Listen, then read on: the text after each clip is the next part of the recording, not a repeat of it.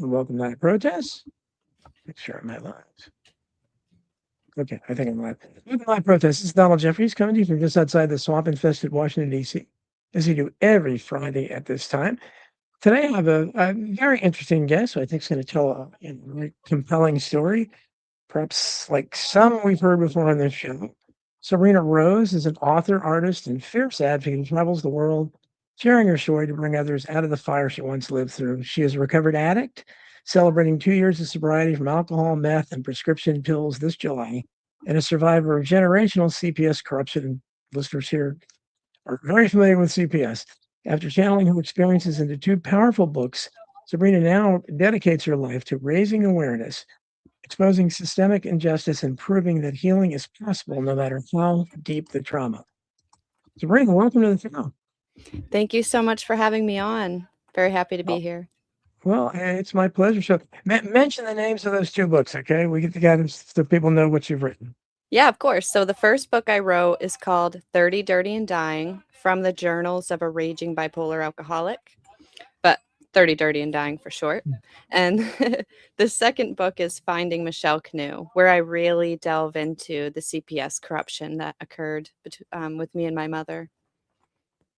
Okay, so basically, I think I have your the gist of your story now. So you started out you came from what sounds like a troubled home. So the trouble began with your mother, and I guess I don't know. Did your father abandon you? You didn't know him or something, and then you're No, he was around. Him and my mom weren't really ever in a romantic relationship. They were just friends, but they co-parented, but he wasn't on my Mhm. birth certificate. And then Oh, okay. shortly after CPS took me in, like 2 days after, he beat someone up and got 10 years in prison.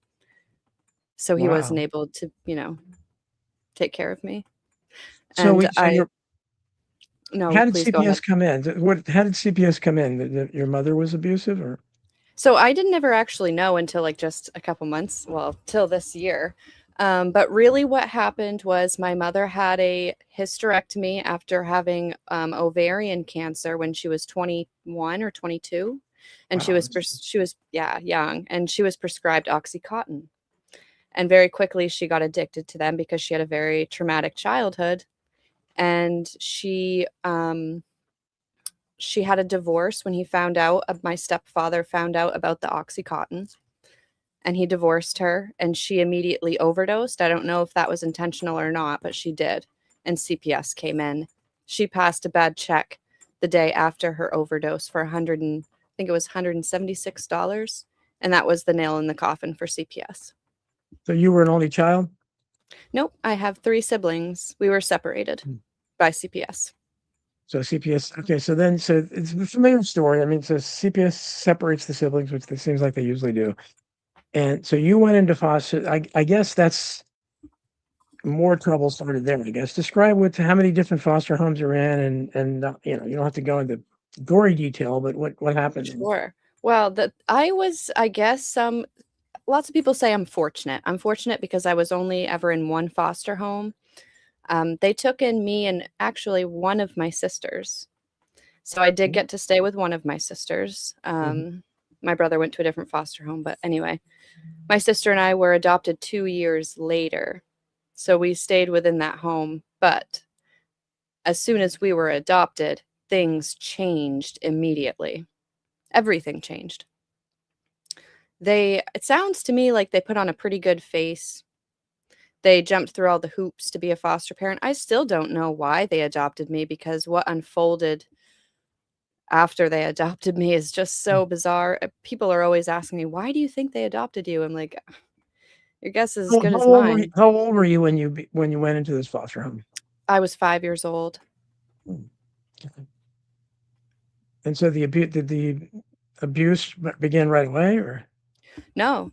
Well, Mm, see, I say that, but I will mm, say this: the brainwashing started immediately. When I was asking questions, "Where's my mom? What happened?" It was, "Your mom traded you for drugs." Later on, it turned into, "Your mom is probably dead of AIDS in a ditch somewhere because she's nothing but a dirty prostitute." Brainwashing me all the time, like just forget her and basically hate her. That's really what they wanted. Pretty extensive brainwashing to that point.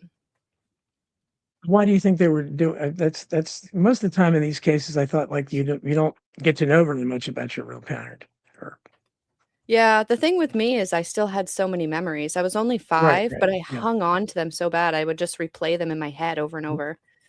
But their brainwashing did work. Uh, the abuse didn't really start until I was 9, so 2 years after I was formally adopted. They had a biological son, an adult biological son, who started sexually abusing me when I was 9 years old. And oddly enough, it was right around that same time that their emotional neglect really started. Emotional abuse and neglect in general, like, for instance, not being able to shower for months on end, not being able to leave my bedroom, not being able to, really leave. I can't leave the room. I can't pick up the phone. I can't go check the mailbox. I can't play sports. I can't see friends. It was all of that. Very controlling. You weren't in school or anything? I was in school. I could take the bus to school, come right home after. Hmm. But I don't know. It was, Not letting you shower, that's an odd thing. That's yeah, they'd cut my hair off. They would threaten to buzz my hair. Sometimes they would buzz my hair off. Uh, I struggle to understand. I write about them a lot in both of my books, but especially in 30 Dirty and Dying.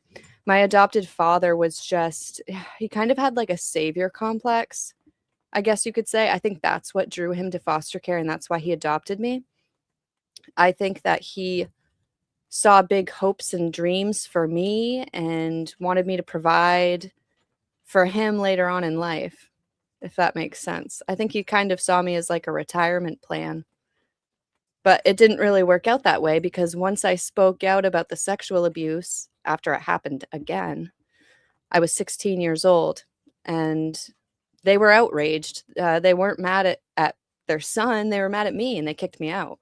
So I was homeless while I was in high school. So there's too many kids, once they're adopted. I mean, CPS probably should have known that I was 16 years old out on the streets with nowhere to go. That never should have happened, but it did, and it led me to addiction. now, what about your sister? Was she in the home all this time? Was she being abused? Mm. I choose not to talk about her experiences because she has her own life, I guess we'll say. I don't know if she necessarily agrees with what I'm doing and that I'm speaking out. So I don't try to drag her story into it, but No. we Right. both had different childhoods even though we were together. She didn't have it easy, neither did I, but we still had different childhoods, if that makes sense. So the abuse seems to have all come from the adult son? The sexual abuse, yeah. It's actually okay. And what other kind of abuse was going? Obviously, they're not letting you shower, which that's one I've never heard. That's and cutting your hair and all that kind of stuff. Just so not All showing kinds you of any weird love. rules. There was just, a lot of emotional abuse too. I was constantly told that I was fat. I was constantly told I was ugly. I was a slut. I was a whore. That was the biggest one. Constantly being called a slut, even though it didn't even apply. I mean, it could be over the craziest things. Constant, like, nothing I did was ever good enough.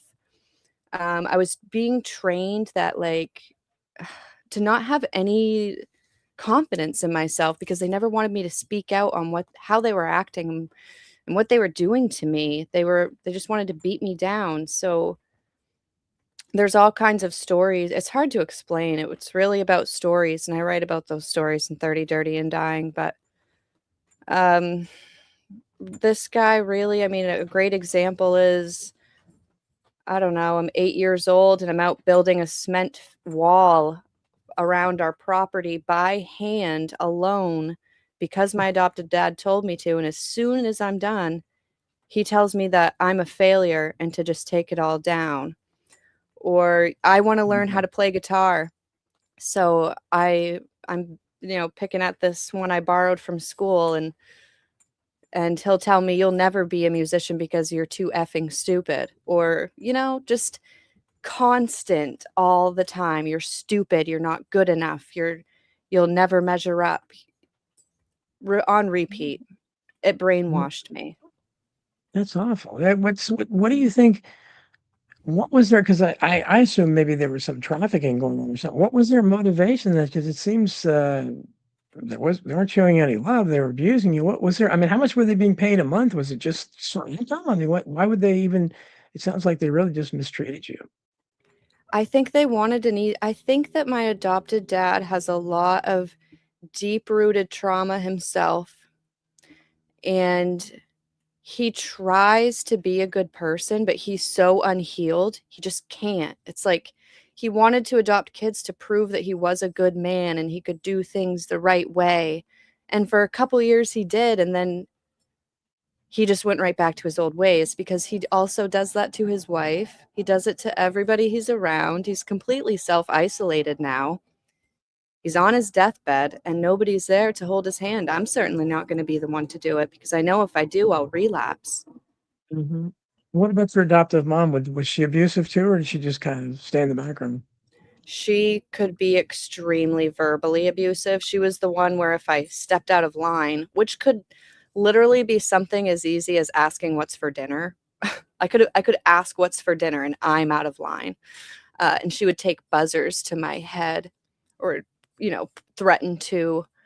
Um, she was the one who usually would call, like, if she was telling me dinner was ready, it was never, "Hey, hon, dinner's ready." It was, "Hey, fat ass, come get your slop." Like that Right. kind of speaking to me all the time. Mm. She never played with me. I could tell her I loved her and she'd look out, she would ignore me. She never felt like my mom. I never connected with her. I connected with probably my adopted dad. I I was it's almost like a sick obsession. And I'm just breaking free of him, to be honest, and I haven't spoken to him in a long time. I haven't seen him since 2016, so 10 years ago. Mhm. So they have any idea what you're doing? That you're speaking out? You've written books. Oh, yes. Yeah. So I guess they haven't read it as far as I know, but they've heard of it and they're already, anybody who mentions it to them, other aunts or uncles, whatever, they just say, "Oh, Sabrina's a liar. Sabrina's lying. Sabrina's jealous of her sister. Sabrina's." It ain't lying, guys. This would be pretty far, the amount of things I'm going through to lie, not to mention how many psych wards was I in? How many times did I try to commit suicide? Is that a lie? I don't know. Is my 10 years of being in active addiction a lie? It's you've obviously been through the mill. So you said at 16 you're out on the street. That was the last time you were abused by the adult son. So you're homeless. So what pick the story up from there. So what happens there? How do you get into drugs? Do you remain homeless or do you get shelter anywhere? Yeah, luckily, I was able to just immediately move in with my best friend. She let me stay right in her home. Her dad was cool with it. I mean, I owe them a world of thanks. She's my best friend in the world. So love you, Mallory. But they took me in, but I started drinking heavy like other kids my age. Prom came around, graduation, and I realized that I really, really liked it. So when I went off to college, I mean, I was free for the first time, and it was no holding back. I realized that when I would try to go to class, I'd have a panic attack. I couldn't go to the cafeteria, so I wouldn't eat unless I was drinking. So I just started drinking just to cope with all of my bad anxiety and my panic attacks. I probably was full blown addicted by the time I was 21. And then I started getting into like some restaurant jobs, like serving, bartending. And I was a party girl, I wanted to be where the party was. And unfortunately, that's where the drugs were too. I really Well, was just spiraling bad until 25. That was my first time trying to get sober, but I wasn't doing the work. I wasn't thinking about my past or where I came from. I was just trying to bury it, so I kept relapsing. So by age 30, I had relapsed so hard, I almost died. I'm lucky to be alive. And I just well, it's decided that I was not going to allow myself to relapse this time, and I'm going to dig as far as I can to what is the root cause of my addiction, and it led me back to my biological mother. Well, you seem to have weathered it well. You don't look like you've been through all this. I mean, you came out pretty good for the wear in terms of I don't know how you're supposed to look, but I mean, it's kind of you're drinking at that time, and you said you were addicted to meth as well. How did that happen? Yeah, that was towards the end of it, like age 28, 29. I had been like dabbling in pills for a long time, for years, but meth was just like cheaper to get, easier to get. The guys I was hanging around, I'd put myself in situations where things would be more readily accessible. I would date drug dealers. I would date people who had the stuff around. And when you date a drug dealer, they're only the only thing they care about is getting you addicted to a drug, and that's what happened to me. Sure, sure. That guy. It's I'm so sorry you went through all this, but it sounds like you're trying to help us. So during after you started, you meet? You said you had a friend. I assume, but you also said you went to college, which I'm kind of surprised to hear because in your situation, I wouldn't expect you to go to college. So talk about that. I didn't want to. I did not want to, but unfortunately, I didn't have anywhere else to go. So I only went to college so that I could live in the dorms. I flunked out my first year, went to a community college, and almost got kicked out a few times. I just dropped the college plans altogether. I didn't get my bachelor's degree until I was 26, maybe 27. I was in and out of college for like 8 years. Well, that's amazing you did. There's a lot of people. I'm a community college dropout, so I don't have a degree. So congratulations, that's an accomplishment. So Thanks. when you're not talking to, for some reason, somebody in the chat thinks you're talking about Canadian CPS. This isn't America that's happened to you, right? America, yeah, this is in Maine, US. Okay, it's Maine. So, what was I going to say? So you end up, so you have all these issues. At this point, have you been abused by anybody else on the street? Like, are you encountering other people that are recognize somebody that's vulnerable, maybe an easy mark or something like that? I mean, I'm just guessing that could happen. It's a very, very good guess. Yeah. I Mhm. would specifically date guys who reminded me of my adopted dad, Yeah. who acted the same way. And I didn't realize this until just recently, Mhm. or I would gravitate towards men who were physically abusive, just any kind of. I liked the cat and mouse game, as I called it. I didn't want somebody who was really going to love me because that didn't feel like love to me. It had to be like that crazy passion, mostly hate, tiny bit of like little breadcrumb of love. That was what I was taught to expect. Well, it doesn't sound like you got much love, unfortunately. So you eventually get a degree, so that's amazing. And you're dealing with alcohol and drug abuse. And what are you doing for a living at this point?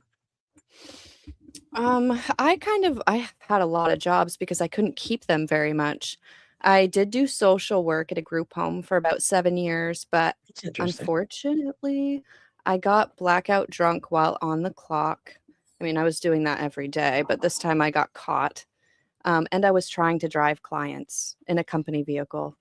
Mm. So then I went to insurance and just I stayed. It was a great job, and I was trying to be sober. I stayed that way for a couple years, but then I just kind of self imploded. And, we tend to do that sometimes, us addicts. Like, we destroy our own, we got something good going and we'll just sabotage it.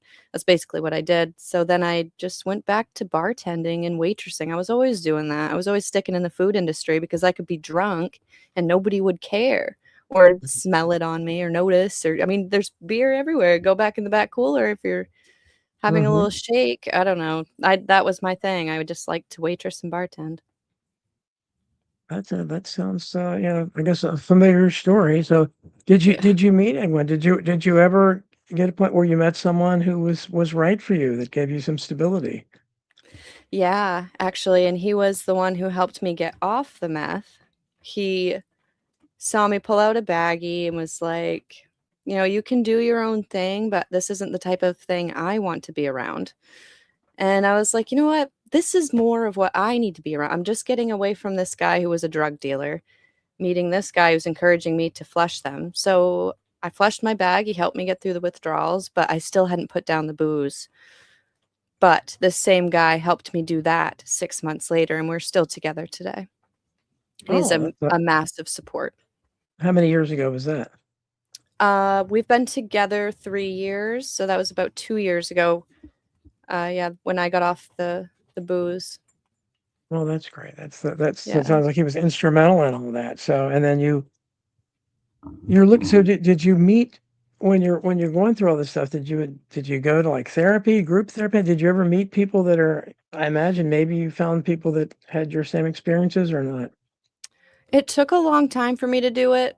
I knew that I needed counseling and therapy, but like in the back of my mind, I was like, you got to get into therapy, but I wouldn't because I heard my adopted dad's voice in the back of my head saying, if you tell anybody that you're feeling suicidal, they're going to throw you in a loony bin and you'll never get out. Nobody will ever believe you.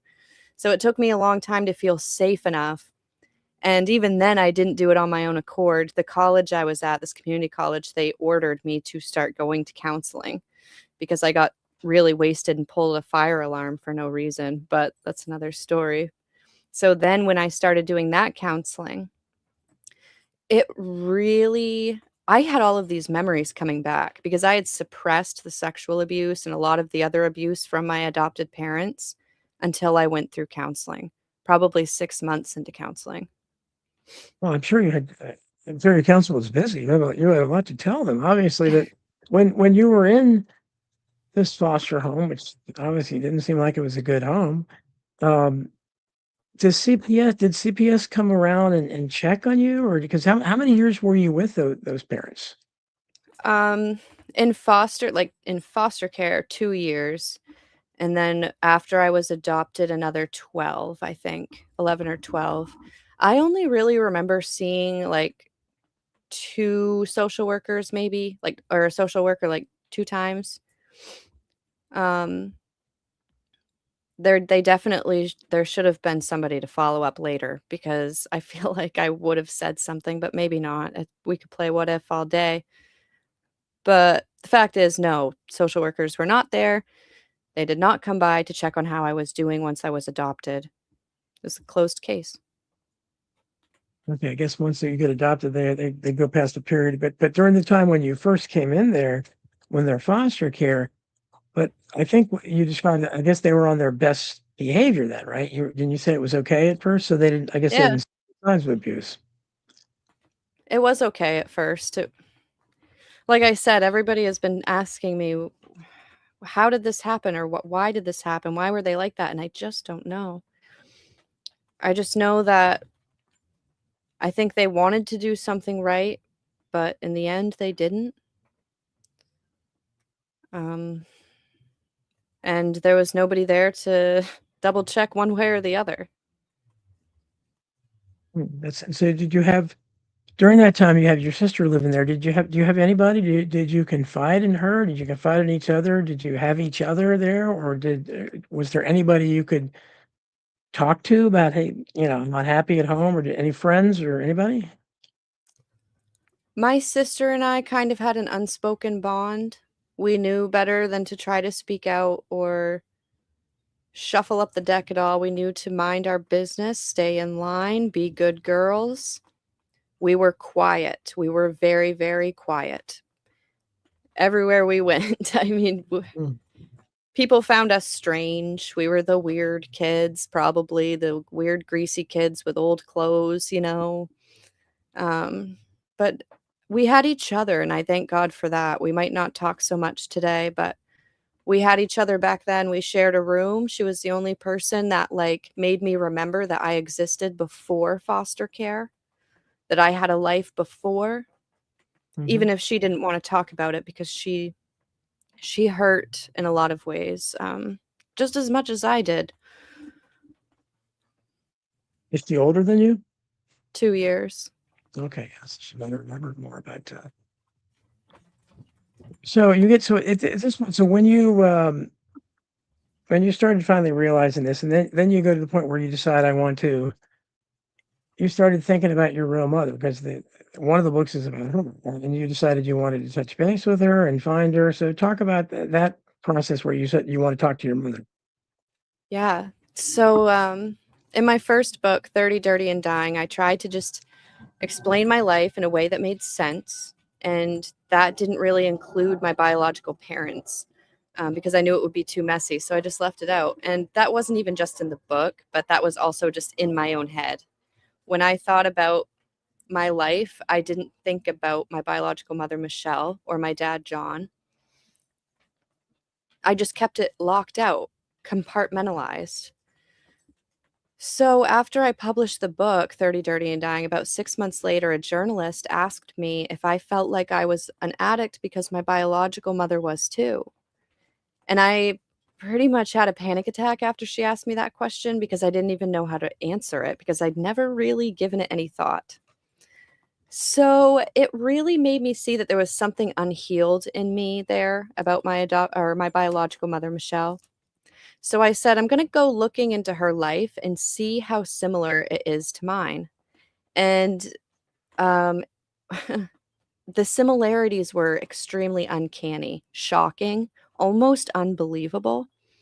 And the more I started digging, the more gutsy I got. I started looking in my CPS files and seeing some inconsistencies and other corruption that hadn't previously been known about. So as I'm doing this investigation, I'm like, I have to write a second book right now. And I did it in a month. Well, talk about because that's what this show is about is corruption. So what kind of corruption Yeah. did you find? Well, I had an inkling that I was Native American because I could remember my mother telling me so. I could remember Michelle telling me that she was half blood Mohawk from upstate New York. I could remember that. But as I got older, everybody said, no, no, no, that can't be right. No, it's an unorganized tribe, so you would never get benefits, you would never get free college. We don't even know if you actually are Native. I trace back my family lineage. It was very difficult to do, but I did do it, like through census rolls and grave sites and all that. We are Native American. We are Native American. But if you look in my CPS file, it says in there 5 separate times that I am specifically not Native American. So it makes you go, why would they write that? Mm. Because I am. And why have they been targeting just the female Native Americans in my family? I'm not just talking 1 or 2. I'm talking every single one. My aunts, my cousins, my grandmother, my great-grandmother, my great-great-grandmother, every single Native American woman in that side of the family has been put into foster care and basically had their heritage wiped out. So I can't prove to anybody today that I'm Native American, but I am. I just can't prove it because CPS successfully whitewashed our blood. Why do you think that was is there some kind of I don't know, is there some law somewhere or something if you're Native American they have to give you some kind of benefit or something? Why would they want to cover that up? It changes all kinds of things. They have to follow the ICWA, which was enacted same year my mom was born, 1978, I believe. And there's just lots of different things that happen. Like there has to be a tribe involved. Like they have to have the tribe okay whatever foster home this kid is going to go to. And usually it has to be a member of that Native American tribe. And there are other benefits like free schooling, free housing. I mean, if you really want to tally it up, it's probably millions of dollars that I don't have. That I mean, if you account for tuition and things like that. Right. It's all the way back to your great grandmother. That's quite so there must have been some I guess where it sounds like there's a history maybe there of broken homes or something because CPS was called in that many times. Yeah, I don't know it's a generational trauma. I mean, it seemed like with my great grandmother, her father was murdered by her uncle, and she was immediately put into foster care. That's not Mhm. a bad parent, that's a dead parent, Yeah. you Yeah. know?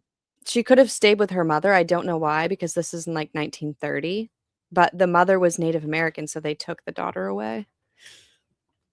And then my grandmother, she was in a, I don't know exactly why she was in foster care. There's definitely been a mother wound. I will say that. There's a lot of generational trauma within my family, but I don't know. We're just like we're being so discriminated against, and we're being targeted and not getting support for sexual abuse, because all of us have gone through it. We're not getting support for being in poverty. We're not getting support for being bipolar, because me, my mother, and my grandmother were all bipolar. We're not getting any of those things. So then when we try to have a kid and we're falling short, all of a sudden the finger is back at us and we're the bad person, even though we grew up in detention centers and foster care places that are run by the government. And now they don't like the way that we've turned out, and it's their fault. So do you know the story of your mother's, and you said I guess your grandmother or aunt, were they abused sexually through the Yeah. foster cares as well?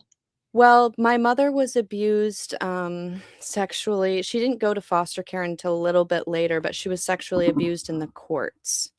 Or I'm sorry, in the church that she went to. Hmm. And then when she came forward about it, it was the preacher's son.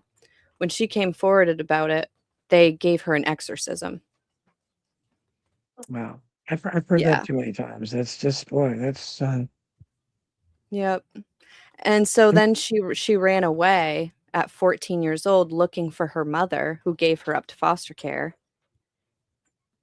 and it didn't there's a go very pattern there. It well. sounds like tried to do the same thing you did, huh?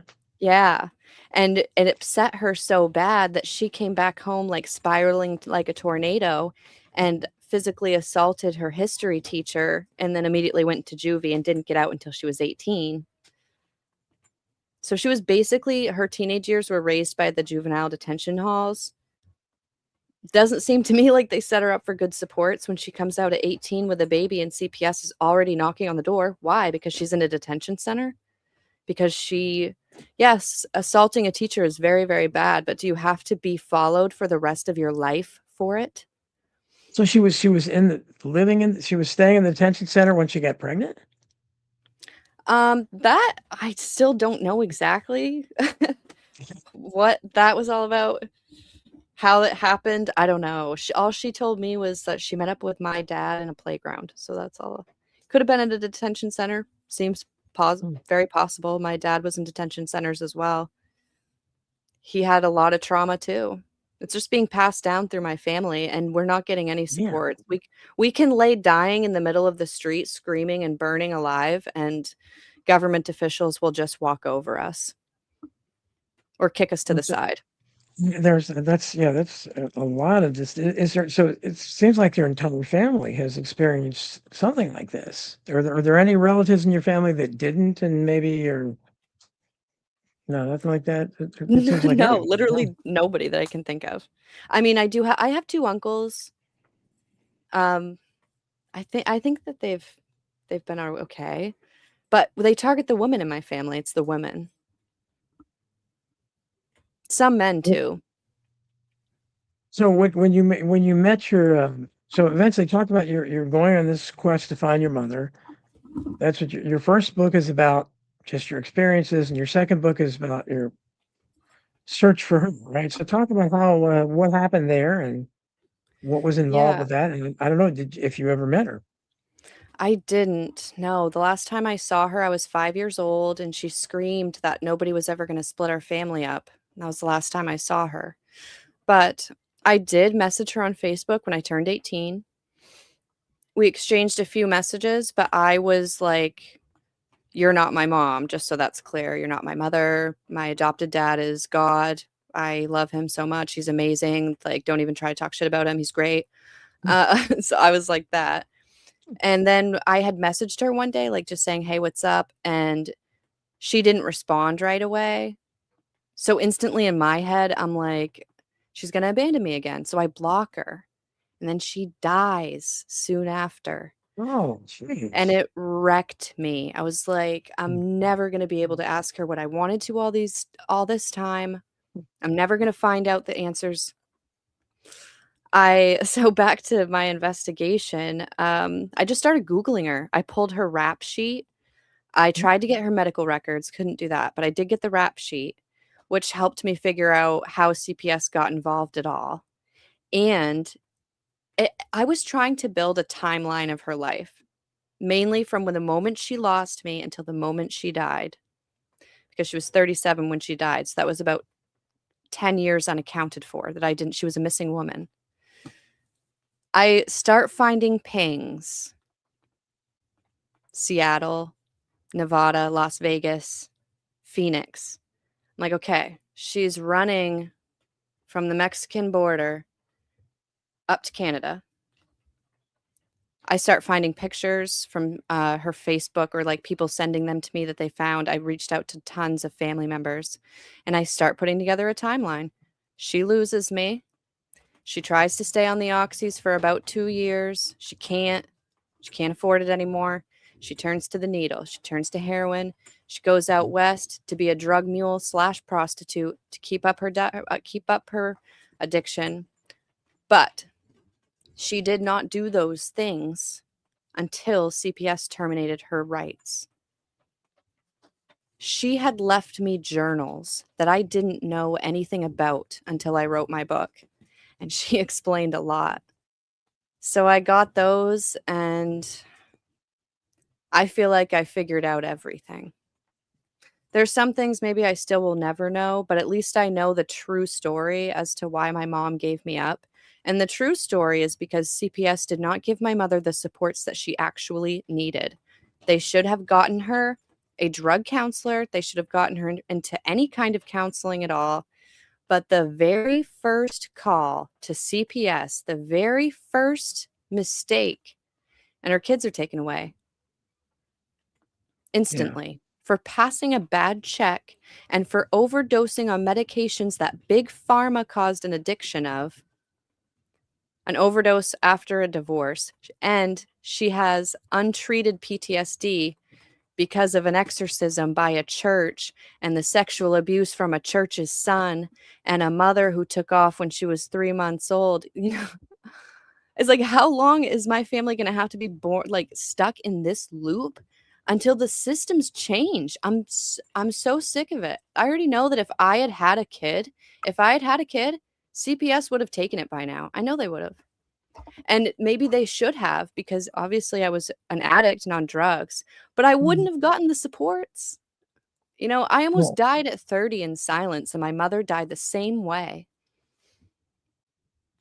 I think CPS unfortunately it doesn't seem like they serve to do anything to bring families together. They seem there to be taking kids out of the home. I've never heard them doing anything else, to be honest with you. So they don't seem to want to keep families together. But so No. you have a stable guy in your life now, and so what you're saying, you think they would? Why do you think they would necessarily take a kid away from you now? Because you're sober. You have a stable Oh, relationship. I guess I don't mean now. I guess I just would be scared. I don't know. You know, it's Well, I can just understand things. that. Sure. Or like I would love to be a foster parent. I've always wanted to do it, but I would never ever allow CPS to be in my home ever. I just don't trust them.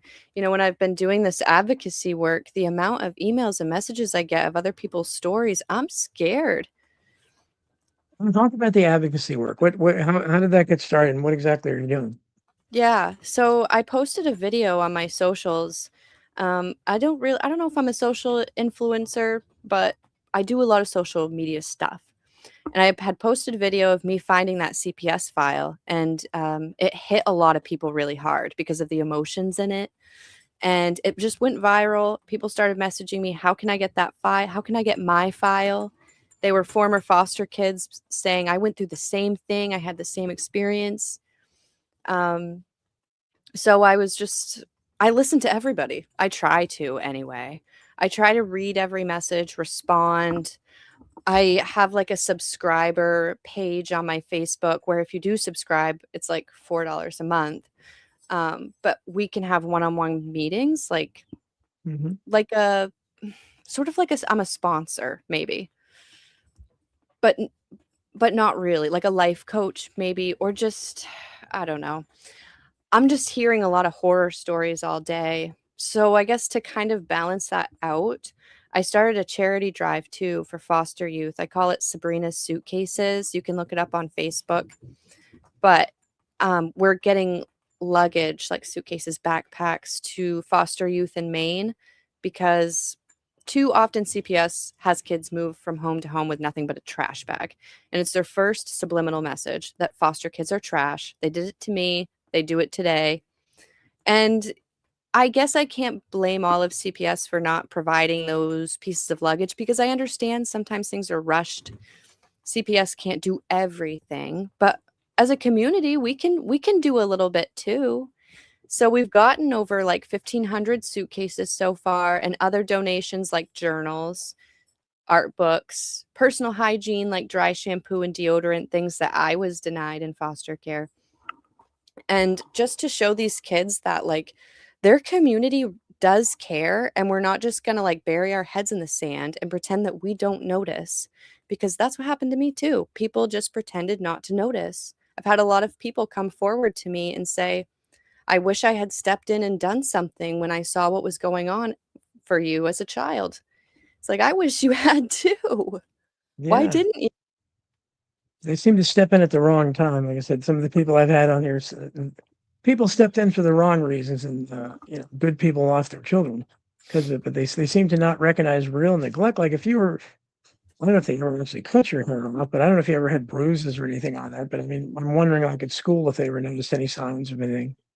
I had asked some teachers because some of my elementary school teachers read my book and they were like, wow, we're just like so sorry. And most Well, of them said they really had no idea. They just figured like, we were poor. So, we were poor. But they didn't know anything else. But we were not a part of our community at all. Neither of my adopted parents worked or went anywhere or did anything. They didn't have friends. It was a completely isolated place. We lived in a town of like population 62, just makes blueberry things fields. easier. I guess it makes things easier. So what have you discovered when in trying to? You said you're reaching out to people now. Have you started an organization, or what exactly are you said people contact you, and have you been able to help at all, or and like Mm. what kind of stories have you heard? If you can share any of them. Oh man, just so many of like former, this is the biggest for me. Former foster kids who are trying to figure out how to find out where they really come from. That shouldn't even be a problem in our society, but it is because the records are so often sealed. So like when I'm talking to people, I'm telling them that this is how you can get your DHS filed. This is where you go to petition, just explaining some of the processes of that. That's the biggest for me because there's a lot of former foster kids who have never had the guts to ask questions. People who are in I've had people in their 80s messaging me, "How did Mm. you find your files?" That's crazy. So, So they experienced something that long ago. yeah, and Wow. still So don't know yeah, but is because it? I so mean, often sorry. well, I was I'm gonna sorry. Go ahead. Go ahead. I was just gonna say, because so often adopted parents, like, they wanna control the narrative, and they want just to be like, "This is our real family, don't tell people you're adopted," so then the kid feels guilty for asking questions, so then they never do. Well, We have a your right to our situation, life. sure, and it's adoption. And I've known people. I know a girl that because I don't think she was ever able to find her real mother. Because but she didn't have like you had memories because you were 5, so you're gonna have memories, but maybe not that many. But some, they're if they're adopted as an infant, they have no memories. And later in life, it seems to be just a natural urge. They want to know who their biological mother was, and more often than not, and I've known people that the biological mother doesn't want it. They don't want to be reminded of it. Yeah. So that's got to be a terrible rejection. Have you run into anything like that? Yeah, actually, yeah. I had a girl kind of tell me that recently that, like, she went out to go meet her bio mom, and it didn't go the way she expected it to. She was let down. She was disappointed. The bio mom was still an addict. I had that too with my biological dad. I did get to meet him when he came out of prison. And the first thing he said to me was like, "You want to smoke a joint?" Or "Here's a beer." So like that was our relationship. I was like, I Yeah. think I was 22 when he got out. So I was like, cool, it's just another guy person to party with. My dad, Yeah. he loves to party and have a good time. Yeah. But really he was addicted. So when he died of addiction just a year later, it blew me away. I was like, I thought we were just smoking joints and drinking beers. I didn't realize we were doing fentanyl. So So both your real parents are dead now. from addiction, yeah. Yeah. Yeah. My mother was sober for 5 years. She was a sober woman the day she died, but the heroin addiction destroyed her body. She Yeah. couldn't Yeah. outrun that. Do you have any desire, you said about fostering, do you have any desire to have actual children yourself, biological children? I see it as God's will, I suppose. Hmm. We'll Well, see. there's obviously there's a history there, and you'd have to be going against that. I mean, that's wow. I can't imagine. I haven't heard of that too much where you have generational stuff like that. Good to see you, Don and Ashley. Good to see you in the chat room. Um, People are showing up kind of late here, Oh, but so if you have any questions for Sabrina, she went through a lot of trauma and foster care, kind of a familiar story, but not a familiar story. It's not the exact story we necessarily hear. But so, what do you think led to you, first of all, to breaking the addiction? And was it just meeting someone, or did you do it on your own before that? I did it on my own because I had let myself fall so far. I almost couldn't believe it. Like I said, I almost died. I couldn't walk for a few days. I was in the hospital like 10 days. My blood alcohol content was 0.465, and I was on a lot of Xanax. That's a really lethal combo. They were ready to like jump my heart and everything. And people might think I'm crazy, but I saw the other side. And something told me this was the last time. Well, tell us about that. Did you say you had a near-death experience? Yeah. Well, we all love to hear about that. Give us, if you don't mind sharing.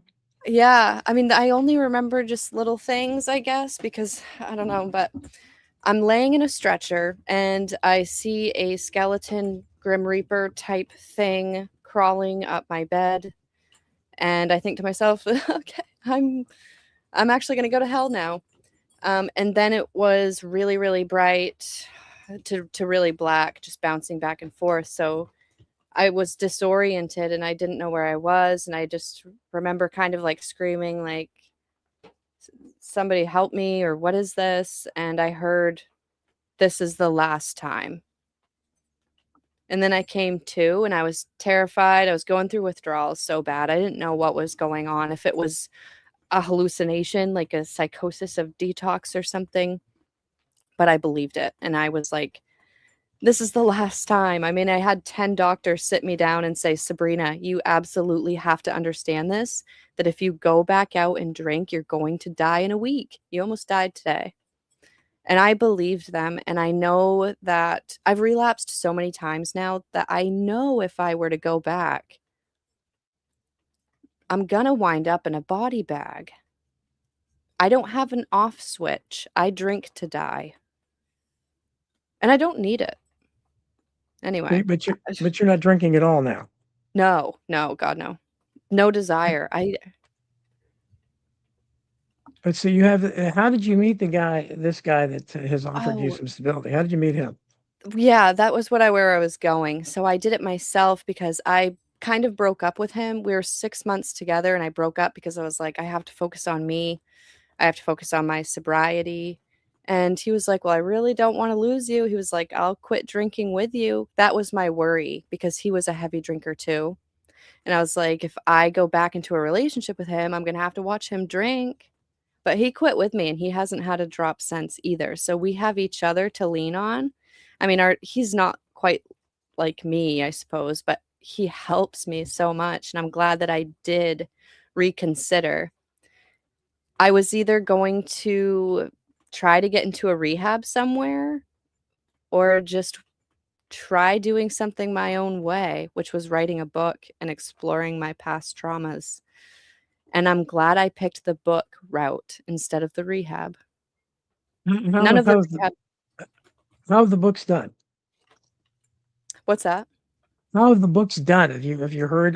Did you self publish them, or you get somebody to publish them? I published them through Kindle Direct with Amazon. It was just I didn't know how else to do it at the time. We might do something different for the third book, which is going to drop next or in July 7th. Hmm. It might just be a digital ebook that I sell on my website. Um, And what's that? What's the third book about? it's just more raw journal entries from when I was in addiction. I published the first round in 30 Dirty and Dying just to show people they're like my authentic journal entries from when I was in addiction, to show people what an addict is actually thinking and what's going on in their brain. That was one thing I did religiously throughout my life, was keep journals. So it's just more of those entries just to provide a little bit more insight. It's a good book for like the super fans of 30 Dirty and Dying. It's kind of like a special edition, you know. Well, I mean, People who sure. want more. And people, I guess, the people that read that book, Mm. did you hear from people that had been through similar experiences and they were able to relate? Yeah, I mean, I had like after 30 and Dirty and Dying, I had people like calling me and being like, "Can you come sit with my loved one? They're kind of going through detox or they're going through a hard time. Can you come sit and speak with them?" I'm going to start doing some more public speaking at some recovery centers around here to get the book to them, to show them, there's hope out there. There's hope for everybody. If I can Hmm. do it, you can do it. So yeah, lots of messages, people asking me how I got sober. Now I can give them the book. This is how you should read it. Hmm. See what you think. Yeah, well, that's amazing. It's an inspirational story. But what does it say about, especially in your case, a generational thing where you have people? Life is such a struggle for so many people that we have to get drunk or turn to drugs or something because we just can't deal with reality. I mean, how does reality? Because I imagine this is the first time or extended period of time where you haven't been altered in some way. I mean, so how do you deal with looking at the world, through sober eyes? Whew, I gotta take it moment by moment sometimes. I'm a Hmm. very explosive person. I've got a lot of rage, a lot of anger that I still have I to keep bet. in check. I bet. Um, I have to practice mindfulness, gratefulness, deep breathing. I gotta get my sleep. I kind of look at it all like a big wheel, and there's lots of Hmm. spokes, and all of the spokes are important. Sleep, nutrition. I don't drink soda. I don't drink alcohol. I eat super clean.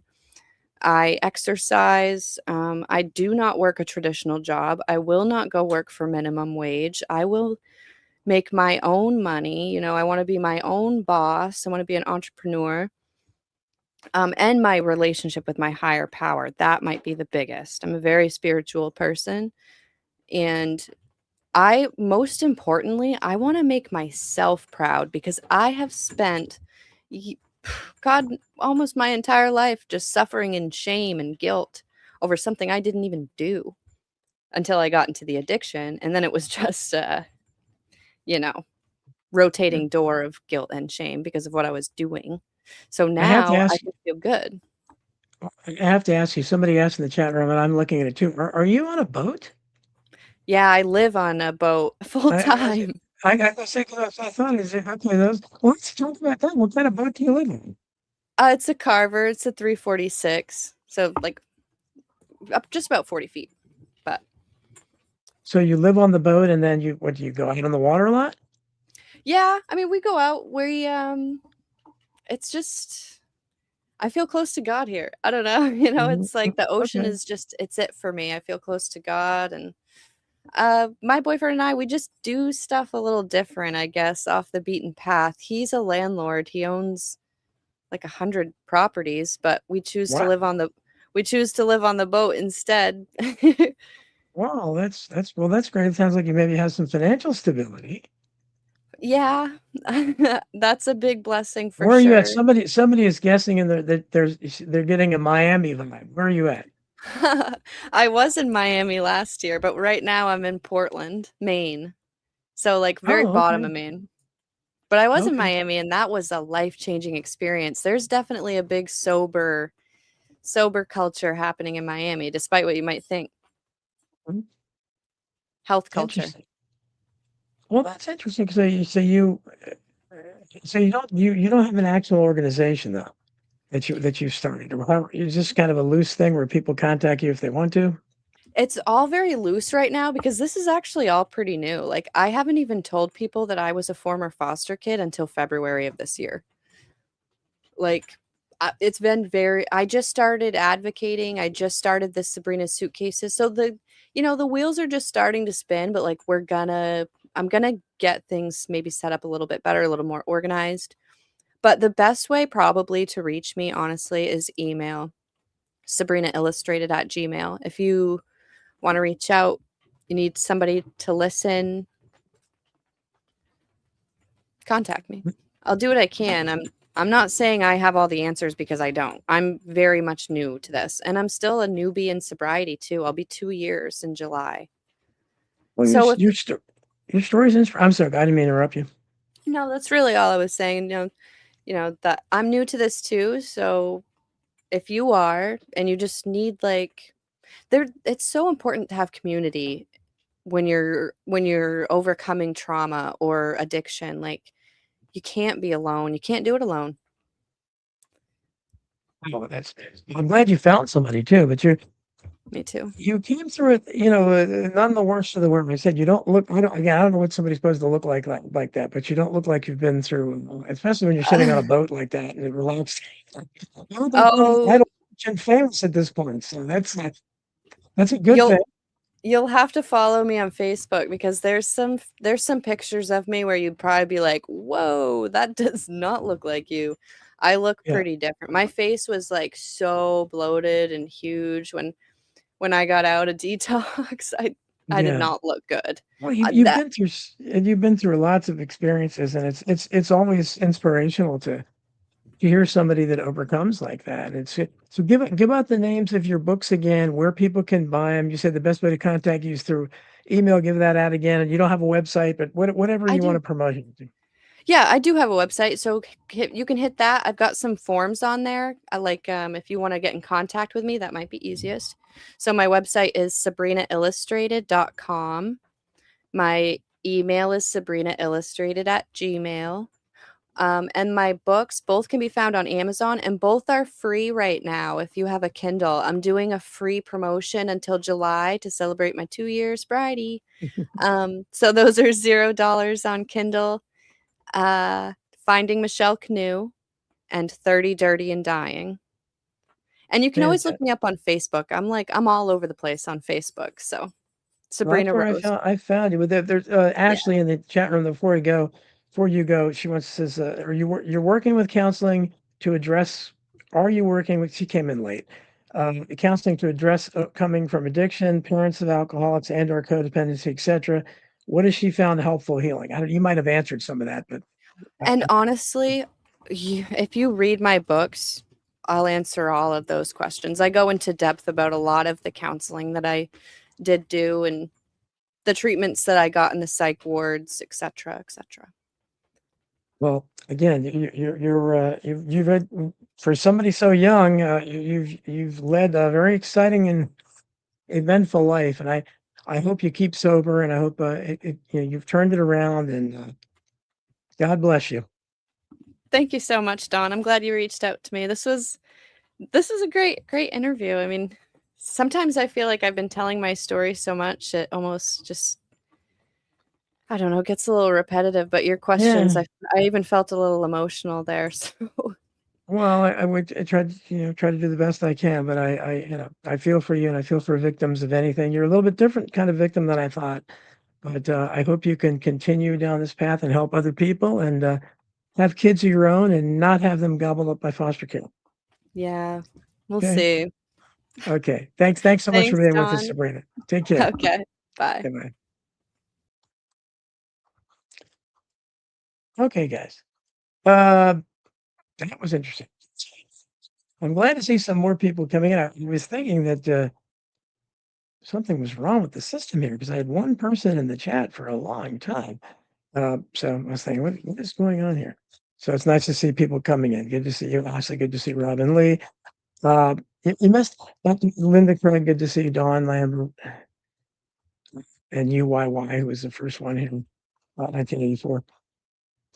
I saw her story, a little bit of her story, and I kind of, I need people to set things better and to do better research because I thought she was more of my wheelhouse in terms of CPS, and I thought she was abused in that way. I actually thought she was trafficked. So, I didn't quite get the story. It's still, it's a sad story and a lot of trauma, just a little bit different than I'm used to. It's mainly addiction, but for those of you who missed it, it was multi-generational. It goes back to a great grandmother.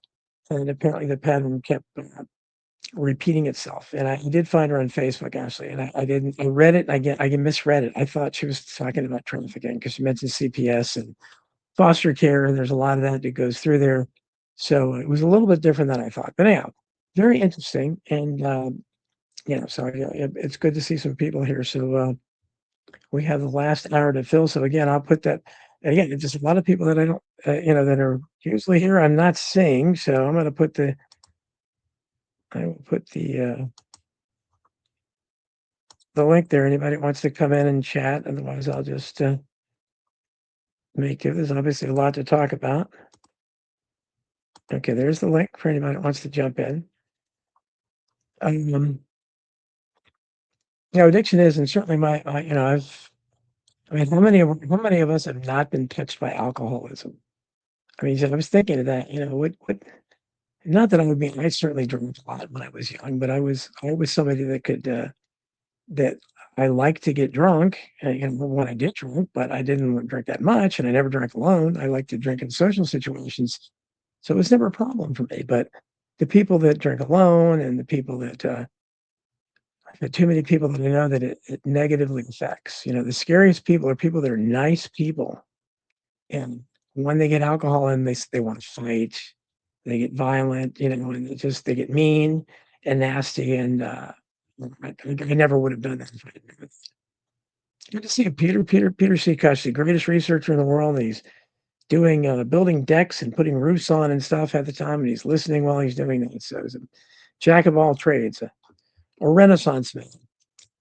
But obviously, the people read my Substack, and I'm back on X now, amazingly enough. So if you don't follow me there at Don Jeffries, the regular account. And thanks to Ashley and people like that who tried that. I don't know what happened. I call it a Mother's Day miracle because Mother's Day, I think my mom just somehow great beyond finagled things because suddenly I was able to log in. So I'm calling it a Mother's Day miracle. But it's it's my old account, Don Jeffries. So follow me there, and I've actually been getting a little more attention since I started posting more there. I'm so happy to be back there. And so let me start jumping in here. And I talked a lot about the Thomas Massey stuff. Obviously, very disappointing what happened in Kentucky. Maybe not unexpected, but I think symbolically very sad and a blow. But maybe not all bad because I think that some good coming out of it. It was so obvious that it was APAC and the influence of a foreign country. That look like Ashley said she's going to call in cool. In the influence of a foreign country, that I think a lot of people are realizing that and seeing it. That sometimes when you make it that obvious, that maybe some good will come out of that. But I mean, when you spend 30 million or whatever now, I will always correct my errors. I wrote a Substack article about it, and I had heard something about 50,000 mail-in ballots in several places. So again, I don't know how you research some of this stuff because you hear things online, and this stuff isn't reported anywhere else. So sometimes I'm guilty of passing on information. So it's been brought to my attention. You see my friend R.B. Ham and the fighting Canadian trucker. So he's good to see him here. He's one of the ones that was pointing out to me that apparently that wasn't true, that there were a lot fewer mail-in ballots. But the numbers are still just as suspicious because again, we look at the numbers of the age groups that voted for him, and Massey carried every age group from 18 to 65 overwhelmingly. So somehow we're supposed to believe that people over 65, the oldsters, voted so overwhelmingly for him that for the other guy that he won by 10 percentage points. Speaking of RB Ham, there he is. How you doing, brother? RB, you there? Looks like he's fixing something. I guess he can't hear me. And he's muted. You're muted, RB. Can you hear me, RB? You're muted. You're muted. Can people Hey, can you hear me now? Yeah, I can hear you now. Okay. How you doing? Oh, geez, what's going on here? Yeah. Can you hear me now? I can hear you. Can you hear me? You can hear me, but I can't hear you. No, you can't hear me. What is? Can everybody Okay. else hear me? Obviously, they must. I'll be right back. Yeah. Okay. I don't know. I had the problem with the guests too. I don't know what's going on, but because everybody in the chat, you can hear me, right? I'm assuming you can, or you would tell me. I'm not sure. I seem to have made a different. I had like a different selection for her because she couldn't hear me. The guest couldn't. Chat room, can you hear me? Hopefully. But I don't know. Maybe the chat can hear me because they're not. You must be hearing me. Otherwise, you would say you couldn't hear me, right? Can somebody in the chat say, please? Let me know you can hear me. Don can hear me. Okay, thanks. Okay, I assume everybody can. So I hope it's just a problem. Okay, thanks, Ashley. I assumed you could. Okay, RB Palin's coming back in. RB, how you doing? RB, you're muted. Now you can. I RB, can't hear anything. you still can't hear me? Well, the What's going people in on? the chat can hear me. I don't know what's going on. Where is this? Where do I go for settings? Hopefully RB will be able to get anybody else that wants to jump in, jump in. I like to have this be a people's show, a listener show. I love having you guys. I would love to take conventional phone calls, but this is kind of better than that because you get to participate more and you can come on video if you're willing to. Okay, Peter says he can hear me. Okay, good. Thanks. Okay, it looks like Linda says too. Okay, so it must be it's on RB's end because everybody else can hear me apparently. So Okay. So that when you look at the numbers like that, there's just really I don't think there's that many Audio. people in Kentucky that could possibly have voted against Massey to give him a victory of 10 percentage points. So we look at the total number of votes in that district. Okay, can you hear me now? I can hear you. Can you hear me? How come I can't hear you? I don't know. Oh, no. Yeah, Yeah. because everybody else can see what's going on. There goes RB. I don't know what's going on. Linda Craig finds all elections suspect. Me too. Me too. And it's really after this, everybody should. But so I always put a correction in. So I issue, I put an update into my Substack article and put right at the top that maybe that 50,000 figure of mail-in ballots was there. And that's the problem we have. People like me that are dependent on alternative sources of information. We don't know for sure they're going to be. We know the conventional source of information. So that's what we're trying to okay, yes, sometimes media, sometimes these people are wrong. And whenever I know they're wrong or I find out about it, I always say that because I don't want to knowingly pass on, disinformation or whatever they want to call it. But I think that that doesn't make what the mainstream is supporting accurate because we know they're lying. Robin Lee says, too sad our elections are run by fraud and too much money. Absolutely. Well, you saw that one had 30 million from APAC. And again, even that is disputed. Then you can have people, no, it was actually this. I don't know. I think it's pretty obvious that APAC put a lot of money in there. Donald Trump paid a lot of attention to it. The Israeli lobby did. And they paid a lot of attention to a mere congressional primary race in the 4th District of Kentucky. Herbie Ham's trying again. Let's see. Herbie Ham, can you hear me? Yes, I can hear you. Can you hear me? Yes, fantastic. We have Herbie Ham there. Cool. Yeah, I was trying to phone in with my phone downstairs, but I decided to come up here to the studio and talk to you that way. So yeah, you were talking about the Massey thing. So today I noticed that Thomas Massey put out a tweet saying that he doesn't think there's any fraud involved. Yes, yeah. And I saw that, and I'm going, well, I mean, there's enough evidence math-wise, the fact that he got 351%. RB, what did we say that, and we saw this problem with Pat Buchanan. Yeah. You remember Pat Buchanan in 1992, I think. He won the New Hampshire primary, shook up everybody, had that great thing about Lord Sununu is on, basically lecturing Concord, had this great, great speech he gave, and all excited. And the Republican establishment went nuts. Oh, he can't possibly use this. If you win the New Hampshire primary, he's unfair for the nomination. And Arizona and Buchanan had a good, especially back then, Arizona was much more susceptible to a guy like Pat Buchanan. He had a great organization there. And I knew people, I heard people that were running it in the Spotlight back then, which now is American Free Press and Red for, but back then they covered this extensively. They robbed him blind in Arizona. It was the Arizona caucuses. He clearly won, just like we would see later with Ron Paul. And his people, complained and cried, and Pat wouldn't say a word about vote fraud. And then we saw the same thing with Ron Paul in 2012, even more so, where they just robbed him blind in every primary, every caucus. And so that's what made Trump so unique.